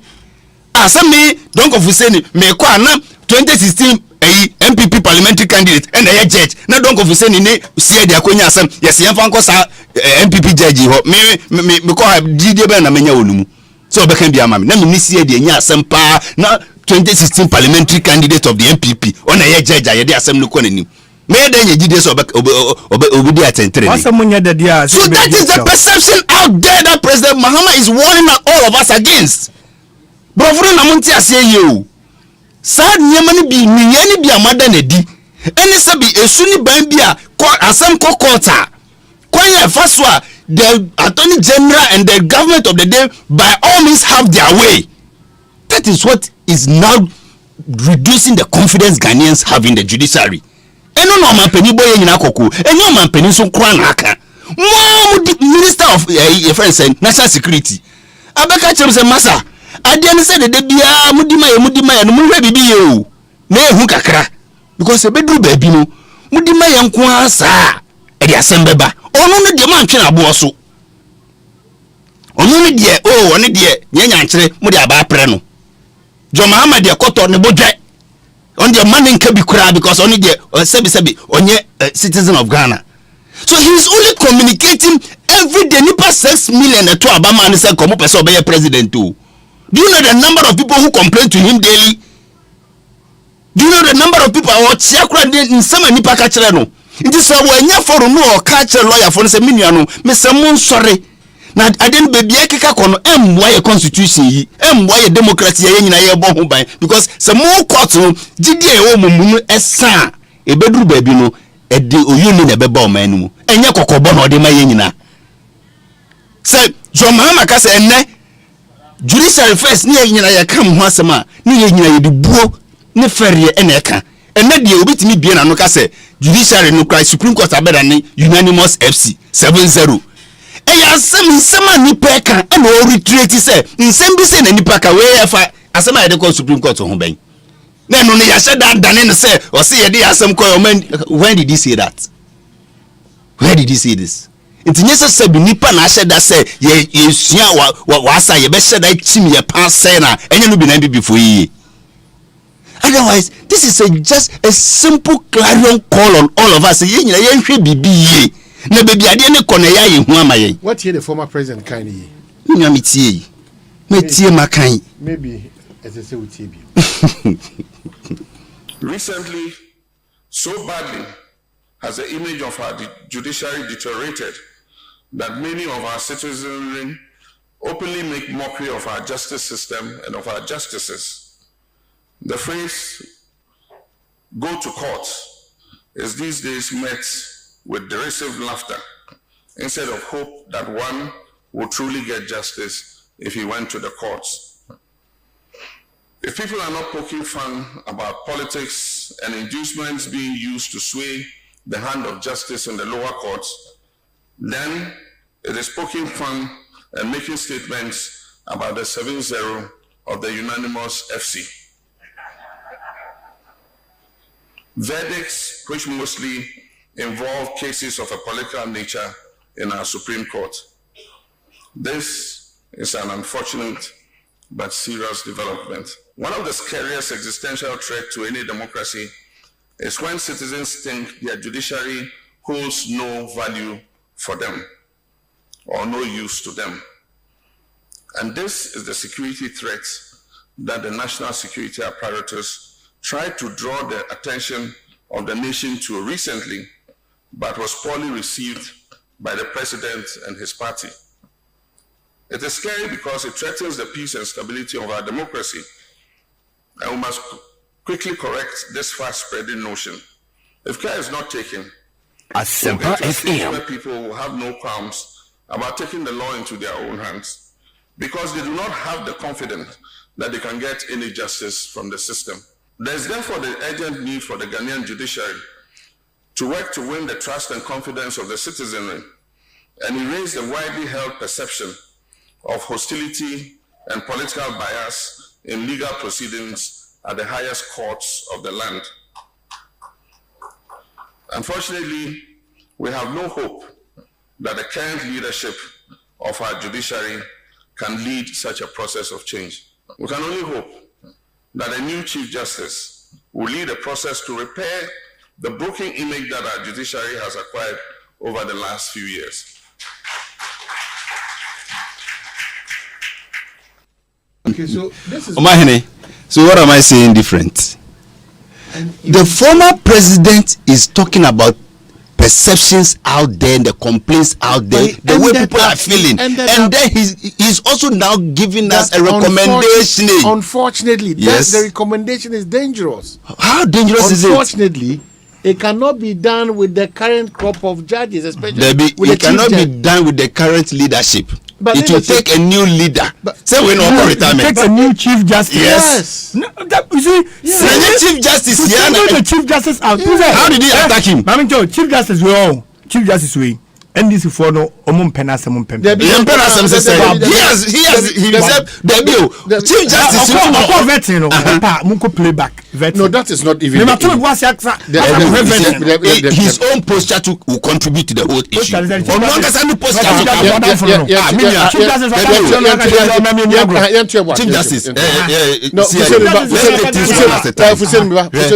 The former president ended up by saying that unfortunately, yes, he's drawn a conclusion.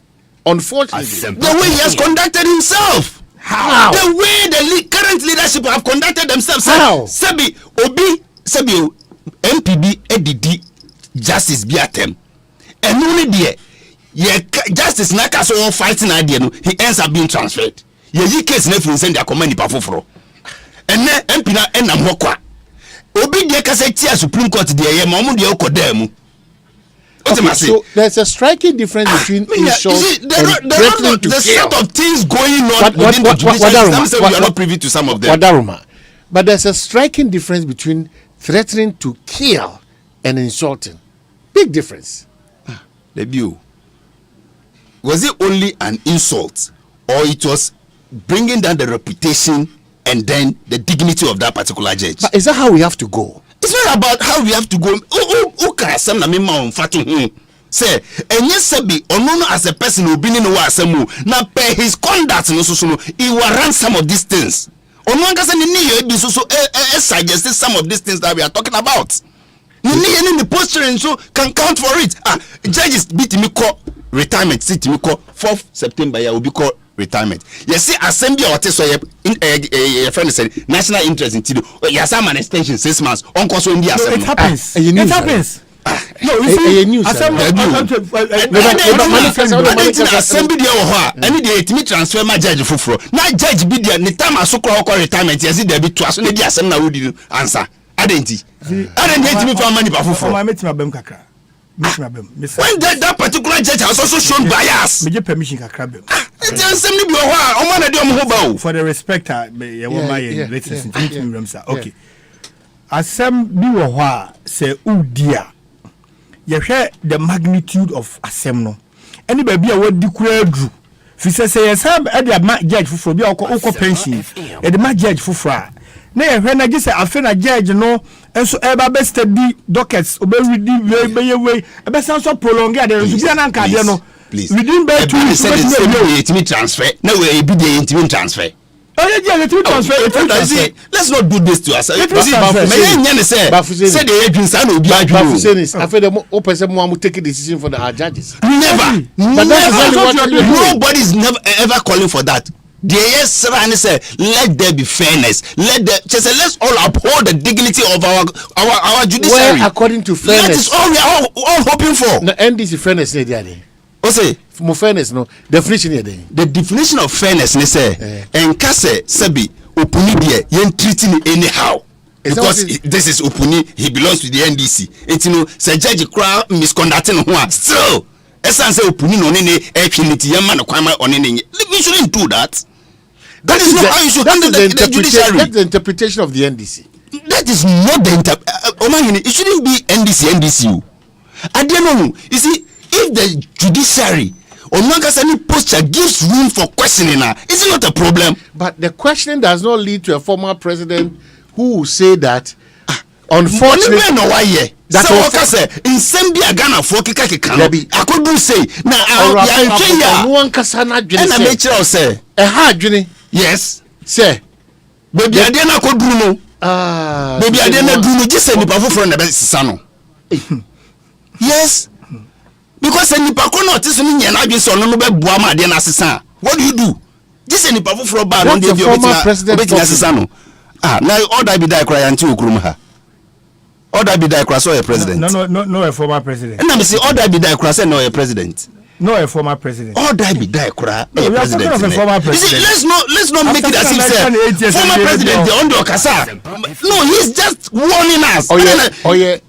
National Security Minister it's been condemned. It's been condemned, and they just misconstrue it and try to just bastardize him for no apparent reason. I didn't wait for any made a say what is wrong should not be encouraged. That's the point. Omanhene, but one can say the National Security Minister Ekai, am I comfortable? What danger be I Debbie, am I comfortable? I'm not comfortable because I was scared. But your friend is saying judges now some now can were they also scared? Have they amended their ways?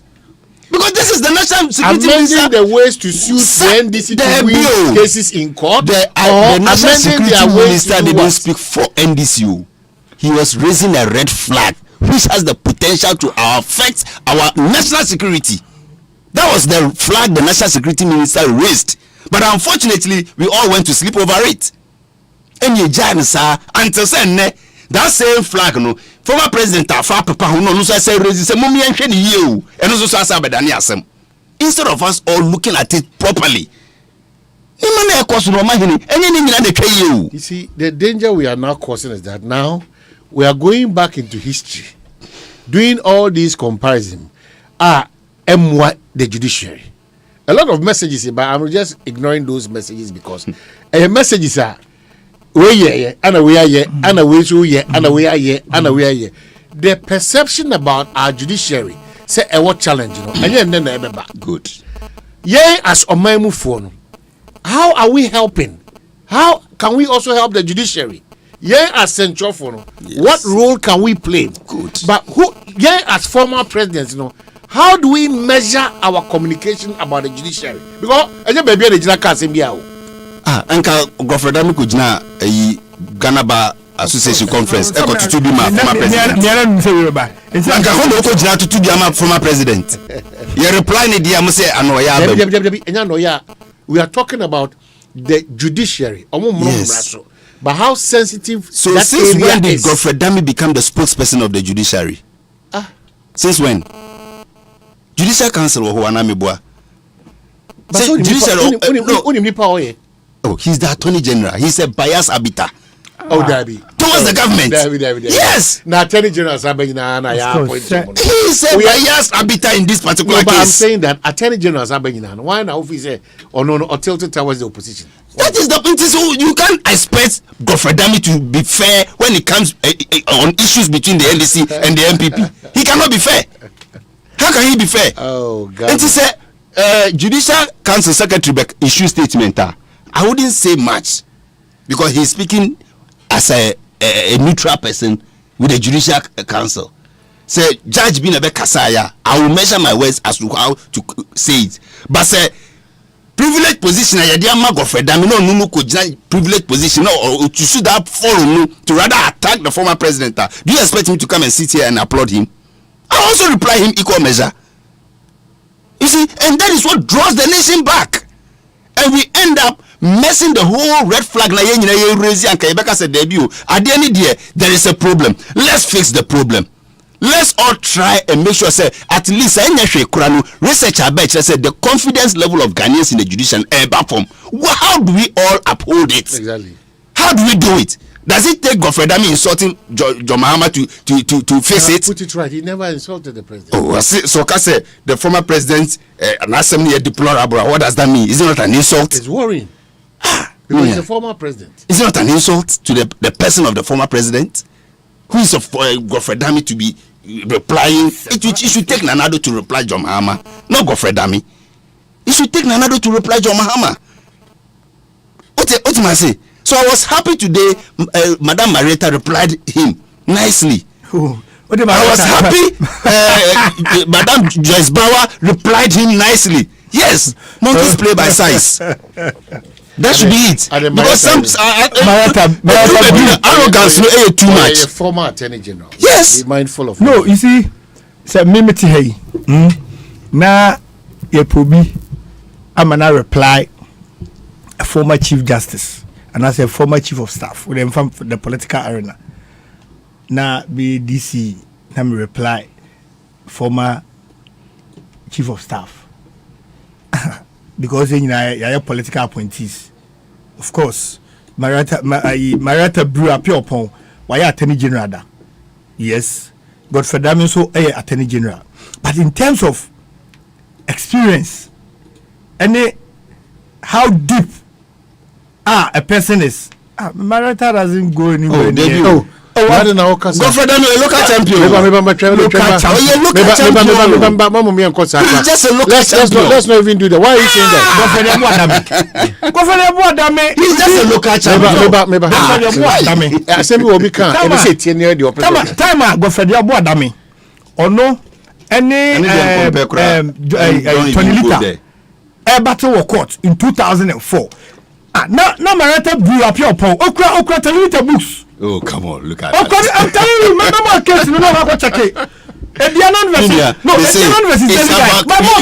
talking about landmark cases. Landmark cases. What are you talking about? How many financial cases now Governor Damiako with Yamagana? Name 3. Landmark cases. Just 2. Judgment debts. Why are we reducing the conversation? Because of all compare Marietta Brune Godfrey Damino. And I make a channel. My point is that if it's not sheer arrogance, if it's not sheer arrogance of power. 2005 Konadu Nana Konadu on a daily guide.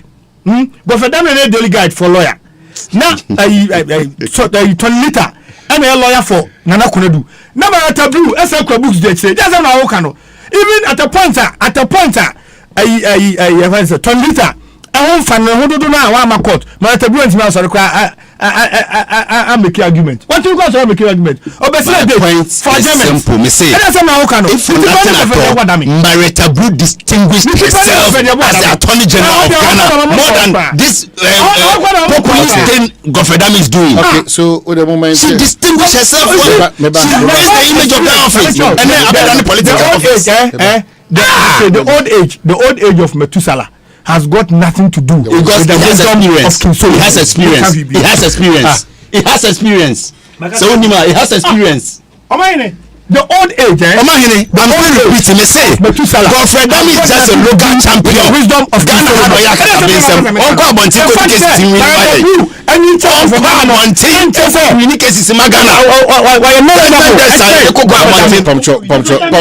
One after the other. Madam.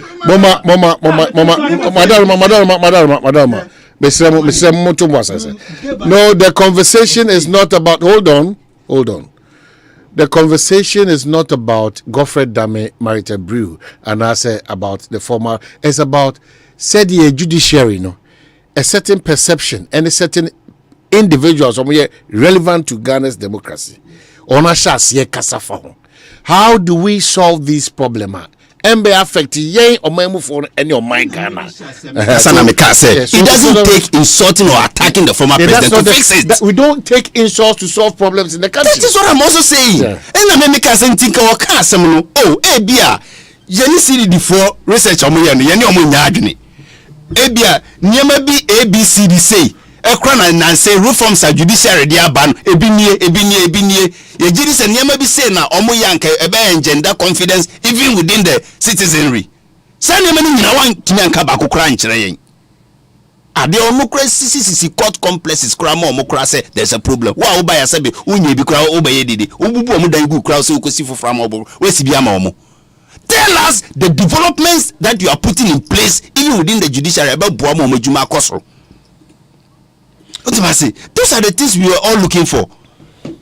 Long Reach toothpaste abadwa so say boa ma ne so watimi apose kama se wutie me nko dia ekope eye fluoride free herbal toothpaste a mouse eye fita eboa na ene wiase afra na nkura hodo so no Long Reach toothpaste enom di djuma okwanso so oko pharmacy ana so oko supermarket bia na unya eye Long Reach toothpaste ebi atop mesofre 10242 226812 0242 226812 and that's a 0548 35 2802 0548 35 2802 na what mini one akasa because waka say niche chocolate drinks na e wodwaso enti pebinom if the way Ghana ye cocoa papa mapa yedi juma onom no na e ball kwanso kusupa oko mu baby a titu ye mos no oko Melcom oko gamer oko Shoprite oko eye petrol mats bia na obenya bi ato e wo hodom 0244 37 1818 na anase 050 151 8883 na watimine won edi eye inkitaho Melcom su koso kai se sika kuma e bibotimi de atonyo ma bebre eye papa e ho na Ghana nyina edidwa kai unu se biribi a odidwa no terms and conditions apply and you walk into any Melcom shop and buy Best Buy and you are saving big in ope electronics no matter ope nkonyato ope groceries ato Melcom semenka say ebra wo to nyoma pa ewo mo no you are saving big intimation ebiribia da se ukodidwa na waboa mafie enije timi aba ho yie pa dia ka hunu say Melcom ana obetimi akodi sa edwaro back to studios make us CID kwampuku na donko fusini ana wanu sim kwa mamensa embran kobo ba ko eno so agitwia ehun komodie na bibia ewonum ene SIM card re-registration komono ene ekuo bi so omo de stop na academy mbeze omo de yebebem as senior fusini na yo mo boys secretary register also I don't know who I was to register so this whole exercise any city no city so no how do we regulate and streamline and confasa noise we nyina no emre Omanhene Kwabena Asante SIM card re-registration the card re-registration because you can register that and you see and register you. Now this time no registration here near the Ghana card on Kwane. Oh my, me who say to be fair to only man register and me register, but to be fair to only man register any bino. Obi oha na genuinely wakwase okope NI no national identification card no and na the kind Ghana card no wako wenya. And I will register for the card. We'll go through the process. And so yeah, I shall say November ending, Brabeje, because issues need be abamenim. We also saw Wakodila unya opportunity no Emma onye. Now on my side pay now catch yes on register and SIM card in T O block na with all fairness, I think say why not fair to the person? Pacho what you say? Anna over registration also you register nipa be fear boom 15 years at the first row. And it say will be 14 years not our SIM card and I say our mobile phone and now our tablet be or this SIM atoso no this year the to me your money your offer for your because oya kwara on to me register for Ghana card in T. Na say onu so be twa na sim no and I be block no. Enya sa na omo pa kire. Enti I think the conversation we should broaden it. Yem. Na yehwe sa possible problems e de bebe yi. Na yen nyina ya resolve it. Alright. Say anya ne sa na ye ne say oh Ebrena son until we see a chum or see a yes, we will end up say dwumadie na yesi yedi no na ankosi baabia because ade de oh yeah oh discretionary powers also there but discretionary powers nso say a candid na and say some way somehow capricious e basa na o manipa abisa say dwumadie na wudi no kwa no ye no nya adwene on the other side nso so no owan ye won kofu bi nso a omudo masi o madwene mu pi say so mo be register pa de lalai omu register sa nkofo sa na o se nka bia se mnana chiwo mu ne e block you man ke block you mu enso man wo be da hu de genuinely upper card a onya bi eni de ono so so na adwene so on register eno na ama sa ye nkomodie nyina ayedin no if we say one way here na udwumadie na wudi no na da kwakọ side there problem bia eni no ho anase enye ono no fault enti ya adenaba mijiri sese bia anke se o wo eni national ID bia wetin the register anke bia by now anke bia about 90 to 99% credit anke bia register but because national identification authority for no entumi nye cards ni nyina enti no ama ebi mu so entumi en register na omu so ma register no so because so national card ni bia Ghana card min kan Ghana card no bi antiase so Ghana card ni bi na why wajun so won register wo sema eno de na wo pese oni ministry no enya asem enti yesi wutu momone fo no na wutu ogiramon so fo enti ye kan se obi nya Ghana card onhwe na onkonkoye na ye pa minister so ne NCH say munya abotre no munya om Ghana card no na ye council ache ye nuanom so a omu so nya Ghana card o mati omukuo say stubborn academy say ye ntia say ye register no munya hu omu problem ti omu so mo register bia minim singa say bia what bi at the current omu so mo register na nka ma me hu say o man ye chechire o man ni ko amanone ni nkura develop chain ye ya sound systems we are na boama omu bibia ekoso crime rates ne se obimpo asemi kura asi no mobile phone yetimi fa ne dey track it ne hu se we wa ha we ti ha we yesi ne mu ye jane sa se ye ne na mu sa oman na ye din na nse ya GPS address system ba yi wo fro bi also me GPS say wonam so sa bo so akwakopi ho wonam so sa bo so akwakopi ho o kwa ana ye wo de na mum bra na yemfa card no enso register se be ya obi bia wo ye bia no yeso betimi ahu se boni bi mpo si da chia ana mpo you da bia nya da bia na ye boni o man nya da bia na boni si o man to da ebi kwa na wade pa bi eba na abeka kwan so ni ehu ni pakoro na so akwakodi obi ho o man ebi kwa na obi pe wadi wo ye nya information no o se hwehwe wo ni ye ka kire ana ye fa yedi ukosi enu so we to my me pacho ye nuanom Ghana 40 manfo no minyi mi se adwumupa eteche se register ye sim cards na ye bone so bia ye bone obi nche adekunti ye bone ne ye nyina I mean we are having a good discussion ye be tell say oh this is the problem, this is the issue entia obi I na say on register but say that genuine course no say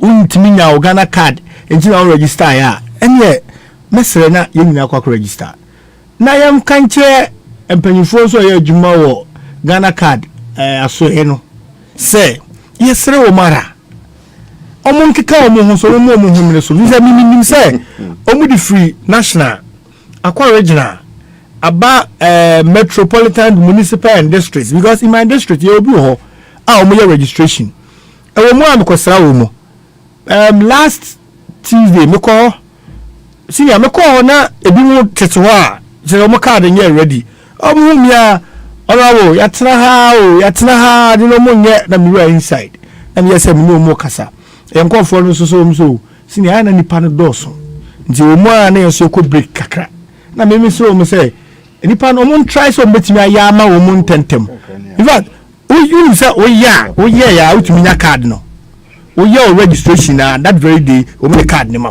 e ma o de call nti sɛ nneɛma no wɔ hɔ a yɛde yɛ adwuma no a ɛnsɛ sɛ ɔmu slow ɔmu delay adeɛ no because wo delay a na ɛha ɔman no so nka nkɔ no ɔman no nkyekyere no a yɛso yɛkyekyere no na ama ebi mu nso so ɛha ɔmu sɛ ɛfɛ sɛ ɔmu blɔke ma amanfo yi ɛna ɛnyɛ sɛ obiara de na no tum ɛna ɔmu sɛ bie ma yɛnkɔ so mbie mu nto hɔ na yɛnka sɛ yɛgusu register ɔman no so de ɛno so yɛ dangerous ɛno because the other be at any point in time no amount for ɔman wakyerɛ adeɛ da wonkyerɛ adeɛ da koraa kɔ school da senior kɔ school da wokɔ school nneɛma assignment a yɛamoa more days wɔ mu no saa assignment na wogoro ho a 2 hours to time sɛ yɛbɛgyegye no afei na na woyɛ oh more time oh mɛyɛ oh more time menim ara sɛ yɛ adam asefoɔ nti o sɛ dɛ yɛ ofi sɛ wɔyɛ bible book a ɛberɛ a noa ɛsi ne ayi aki a ɔka sɛ nyankopɔn so wɔnsi ma no obiara bɛwuram no nso kɛseɛ bi bɛtɔ yi a sɛbi akyekyedeɛ koraa atumi ɛnante yɛ kɔ na nipa dasani te hɔ ɛti kyɛ sɛ nipa dasani yaso ɔden Kwabena yaso sɛ yaso wei no ɛden nti asɛm no ka sɛ ɛtɔ da na asɛ punitive measure kakra bi amamu ana ya den ya so bi aketwa to kakra enso so wutwa to esusu twa honorable minister adwuma ne de eno ana nka wo yeyo enso wo hwe onkofo a onu mu ye adwuma no na to da I temper justice with mercy what to wase say oh okay we there in fact say we ko no my up to 30th September 30th ni nyandruye enti mi gidi say yɛkɔ anim no ɔmo pɛ ɔmo card no mbetumi anya na dangerous aspect ne sɛ nkɔfu bi aba manimu a ɔmo de ɔmo kɔ ɔmo card ne so mo imagine November bi kɔ October ni November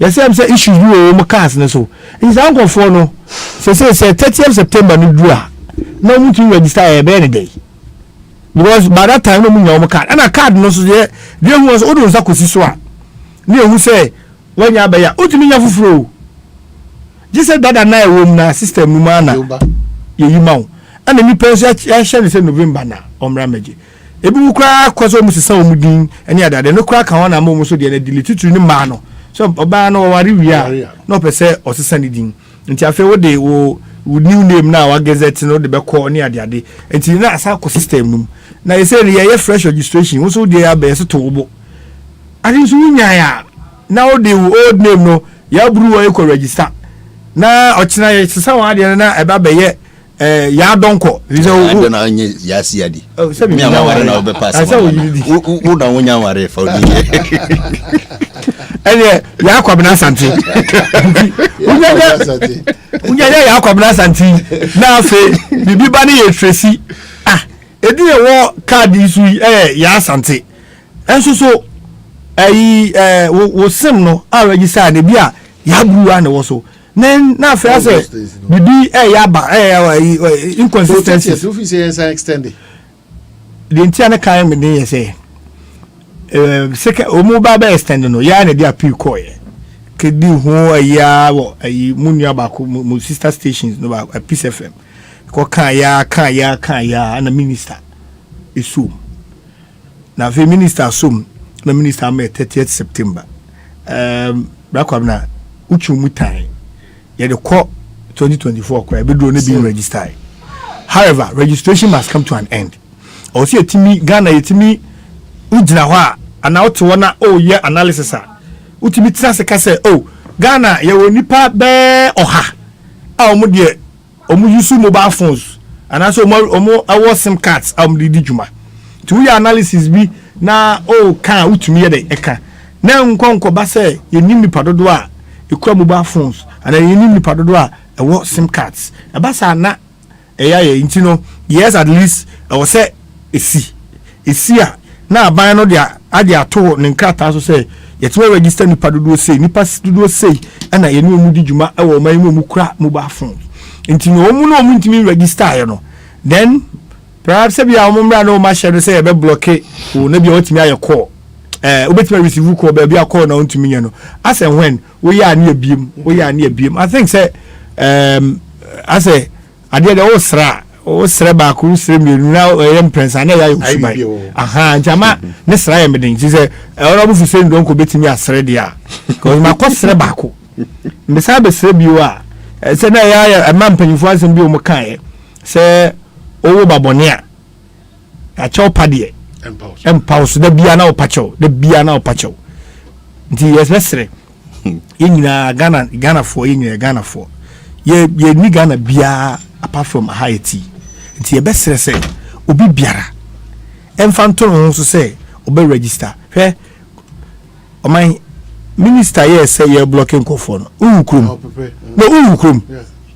nti aya emma ye so no se ekopa chaw na ehu se bopayo bi wo amanfo bi so afa wo bopayo bi amanfo bi afa se wan nyai de wo ya unya da agye nye hwe so wan nyai ene ti studio hey se ma nyai studio ha ba aka meko ba fufu akoyi bibi o yes ba ba bi o se nka meko no me jai na betina ho ti me nya da agye da betina ba me nya da agye afa nko ba fufu nti se me register me sim card na mpese me register I was saying, Yadaji, Namiko, Namcoton, and register.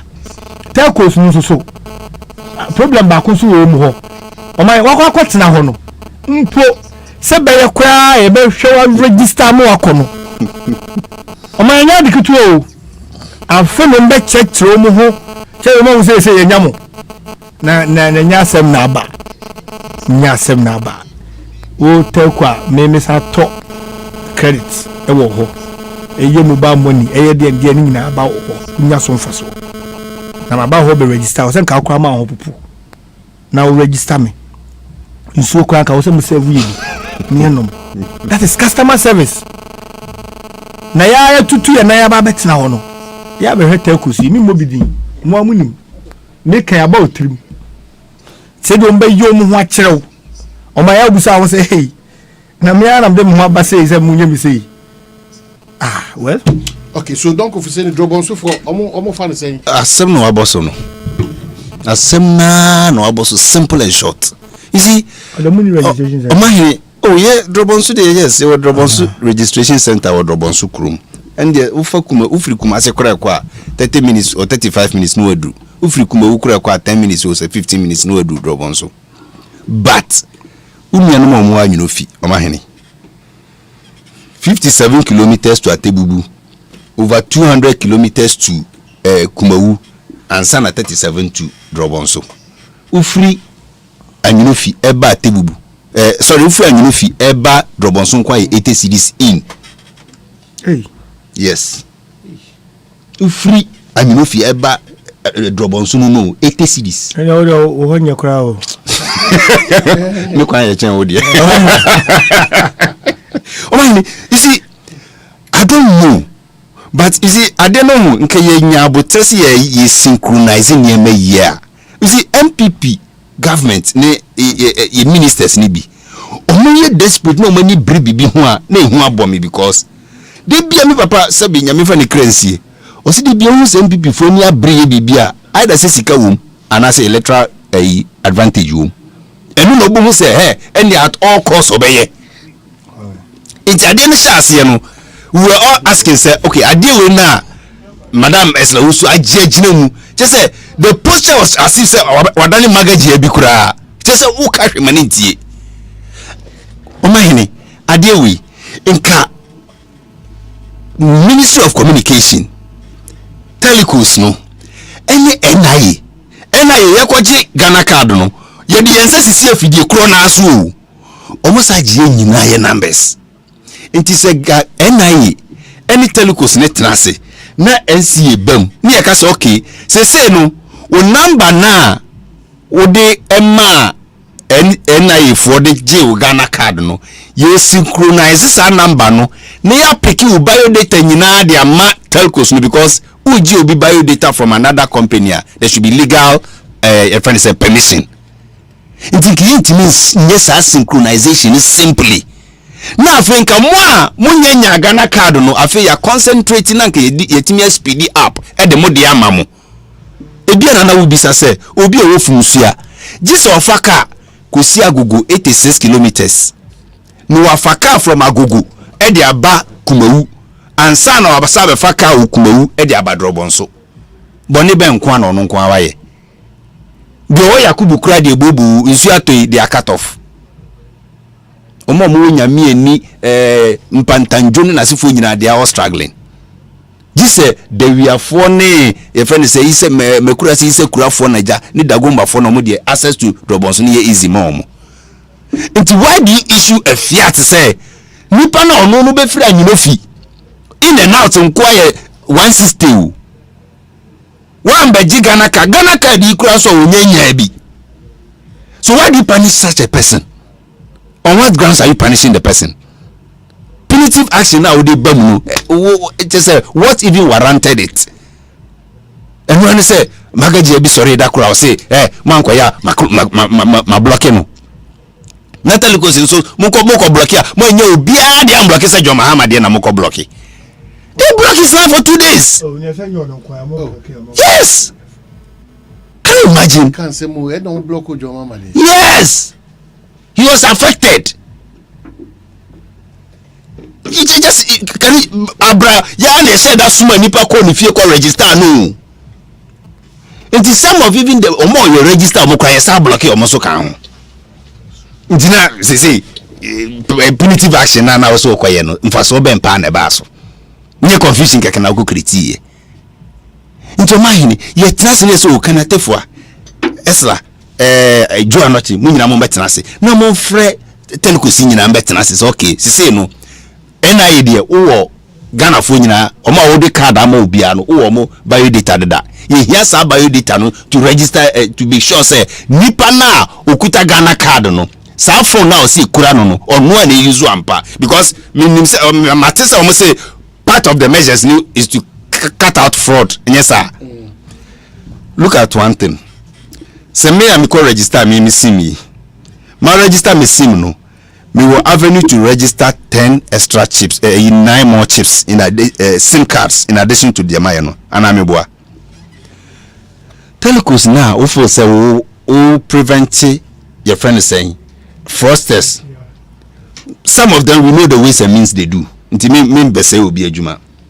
Sa 9 places na aka bebrebe no. Me ma ko register na me ko aminim say my register as don ko no. Me 9 other sims no yentimi allocate me obi. Can they do that? How are we going to check that one too? You see, I say, I didn't know Obia Soria. Yeah, and your biometric features are there. You can just use it. If you could do Bonishamia, na me koya na se me buy. How are we checking that aspect? Into me media say, see a person ya de ni ya Omanhene. Yemfre NIA, any NCA, any communication ministry. Omuni NIA kenate for any esla. Adamu yaka na. Omo twemanzo. Because I say when person we nyema bi be run dem we some person what is it? What you develop app we dey pick your biometric features. We call it minister person app no dey register here. Eh no so the man. Na we just Ghana for sa ko gina wiem e ma wi a share e ma bi ko bodua e ma bi kontokwa asana aba. Okay, so yeah, the next 5 minutes we'll wrap up on Aisha one, and then Omanhene say onyini see deported no. No can say. Some say more problem with Brofo. I feel so who. I feel so some MP before problem with Brofo. Now, how he says Mampenya Junior it's a deportation. Maswa. And I see you. Omanhene, that means we are naked. The commander in chief of the Ghana Armed Forces. I'm a command. Someone deport ya nipa we. Or done in near Yeyin Sulia. Hey. Nipa on Asem. I feel all the times I can say in their mouth. Don't go. In chief of the Ghana Armed Forces. Don't go. His word is law. Don't go for say. And now which make us say nyina yenda ye beda. Obeti make us o citizenship and now aje. Onu ho akwa kasa o dimenye. Nti so kasa ene free Ghana. E just say all the security agencies must make sure say you leave Ghana. No say sa papa ne ba be ka kire say onu kura onye sure say o ka se ye mama me no nko no em se mama no wa nko si adi e se me hu also onye ni say deportation kura mu deportation no you see the voice no audio no montie MB before afa na mo se monte brofo now the analysis I don't know I have full audio situation like this woman who was I'm not still sure whether she was in fact deported. When you have a situation like this woman who was I'm not still sure whether she was in fact deported or whether she fled the country the first time and has now come back. But whatever, there still seems to be some uncertainty about it. But whichever way it is, she has become the sort of nickname Asempa FM that the Galamsey represents. And unfortunately, also for the involvement of Chinese nationals in Ghana in this particular illicit trade. We have constantly to work at it. We need to have the cooperation of the courts. Until recently, till I came, the punishment for people caught was relatively light, a fine, and even if we're going to go to custodial sentences was relatively minimal. We've changed the law to stiffen the punishments for people caught.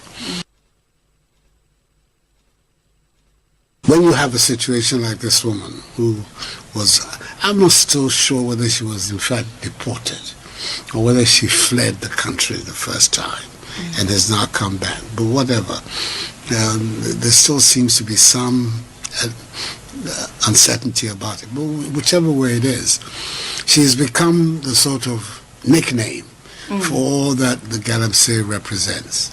And unfortunately, also for the involvement of Chinese nationals in Ghana in this particular illicit trade. We have constantly to work at it. We need to have the cooperation of the courts. Until recently, till I came, the punishment for people caught was relatively light, a fine, and even if we're going to go to custodial sentences was relatively minimal. We've changed the law to stiffen the punishments for people caught. Well, I think Seman Peyaka said also there's a little bit of uncertainty on this woman. I feel bro, for now we say MB before deliberately they have issues with understanding English. What say the MB say and yet the full interview near boy 1 2 is that the full interview? Acquire interview you may know better I have getting to the area where Oka said the full interview. Is that the full interview? And some I can this man penny say Oka see and deport mameno or Danny and you need see so mammy Johnny you deportation you crown your shots here deporting. Unim say I am actually much more. Obviously yes discuss I say where was or man penny and cancer. What's the kind now? The way of saying it, I know. Or tell me, I know. Safi will be a bit radio. No, I now. I bet you said you crowd. Now you because what? But say, I know, man. Oh, for say me. Oh, Tia, William Senior. William Senior. See, I did. You know what? I know Suban. I want to interview. No, oh my. A radio interview, radio discussion, or call have a year morning now. However. Also, I say, on your too sure. Either if even in fact the woman was deported. As something I say, on say, oh, Ghana Mrana deportation may great say president or the party new and send the better deportee Ubino. Oh my, just say a court, no court ama orders. Say, assume see yen deported no, but say to one, I say, minister ama orders say ya. I don't know to me I'm falling under deportation. And no be say bia okay we dey hard you man nko. Go minister also was out to me no. There were deportation or repatriation you and man do so. And he said yen na ya dey say deportation no and na mumremo. Sana muka kire you. When the cancer. Sana muka kire ye. Bia ya mo bro form you see ye. Hey. The deportation. No process kon dey no mo dey file ye. Oh. After one some say Godfrey Damo a local champion after the so of filing not of only prosecutor. I said the case is on grounds says she's going to be deported. Nolly prosecutor, you don't have to give reasons. Debbie, yeah, fine, Nolly prosecutor say you better so you deport Mame no cross. The headline was Ashawan deported. Headline by which media? Media ni nyina carry. Media. Musi Ashawan gas we dwane o. Musi deported. Oh, meba. Meba. President Mahama ekasa ya Okaseti judiciary. Media houses need be. Therefore, what is a three? Media houses need be. Omo headline. Oh, what's all distracting me? And I'm not for texting me. I say, for saying who distracting me. Oh yes, sir. Me no must studio. Because this topic now how. Media houses need be say. Mahama slams the judiciary. Even so say, Mahama hits hard on the judiciary. It is all for slam no kwana okoka. Too hard a word. Too harsh a word. I have say a BBC. And say obisi wa file Nolly prosecutor. Nolly prosecutor, you don't have to state reasons. Attorney General or 2 million or what? So to me, say the state is no longer interested in the case. Or my reason be a judge junior so German call. And to and I say media house be a pick a say wine or say I shall wine deported. Deported by. Why am I deporting? I want to say, MPP government. What's my deporting? Government spokesperson. Ambrose Derry, Interior Minister, say you're deporting. Yes. You see the word deportation. Ghana Immigration Service, what's your deporting? Deportation, as far as I know, must go to the court. Now, court. So where did the word deportation come from into the president's vocabulary? The president vocabulary in there. Media guy no present and bisa no question no. And the man can say in fact on say. So Ashawan fled.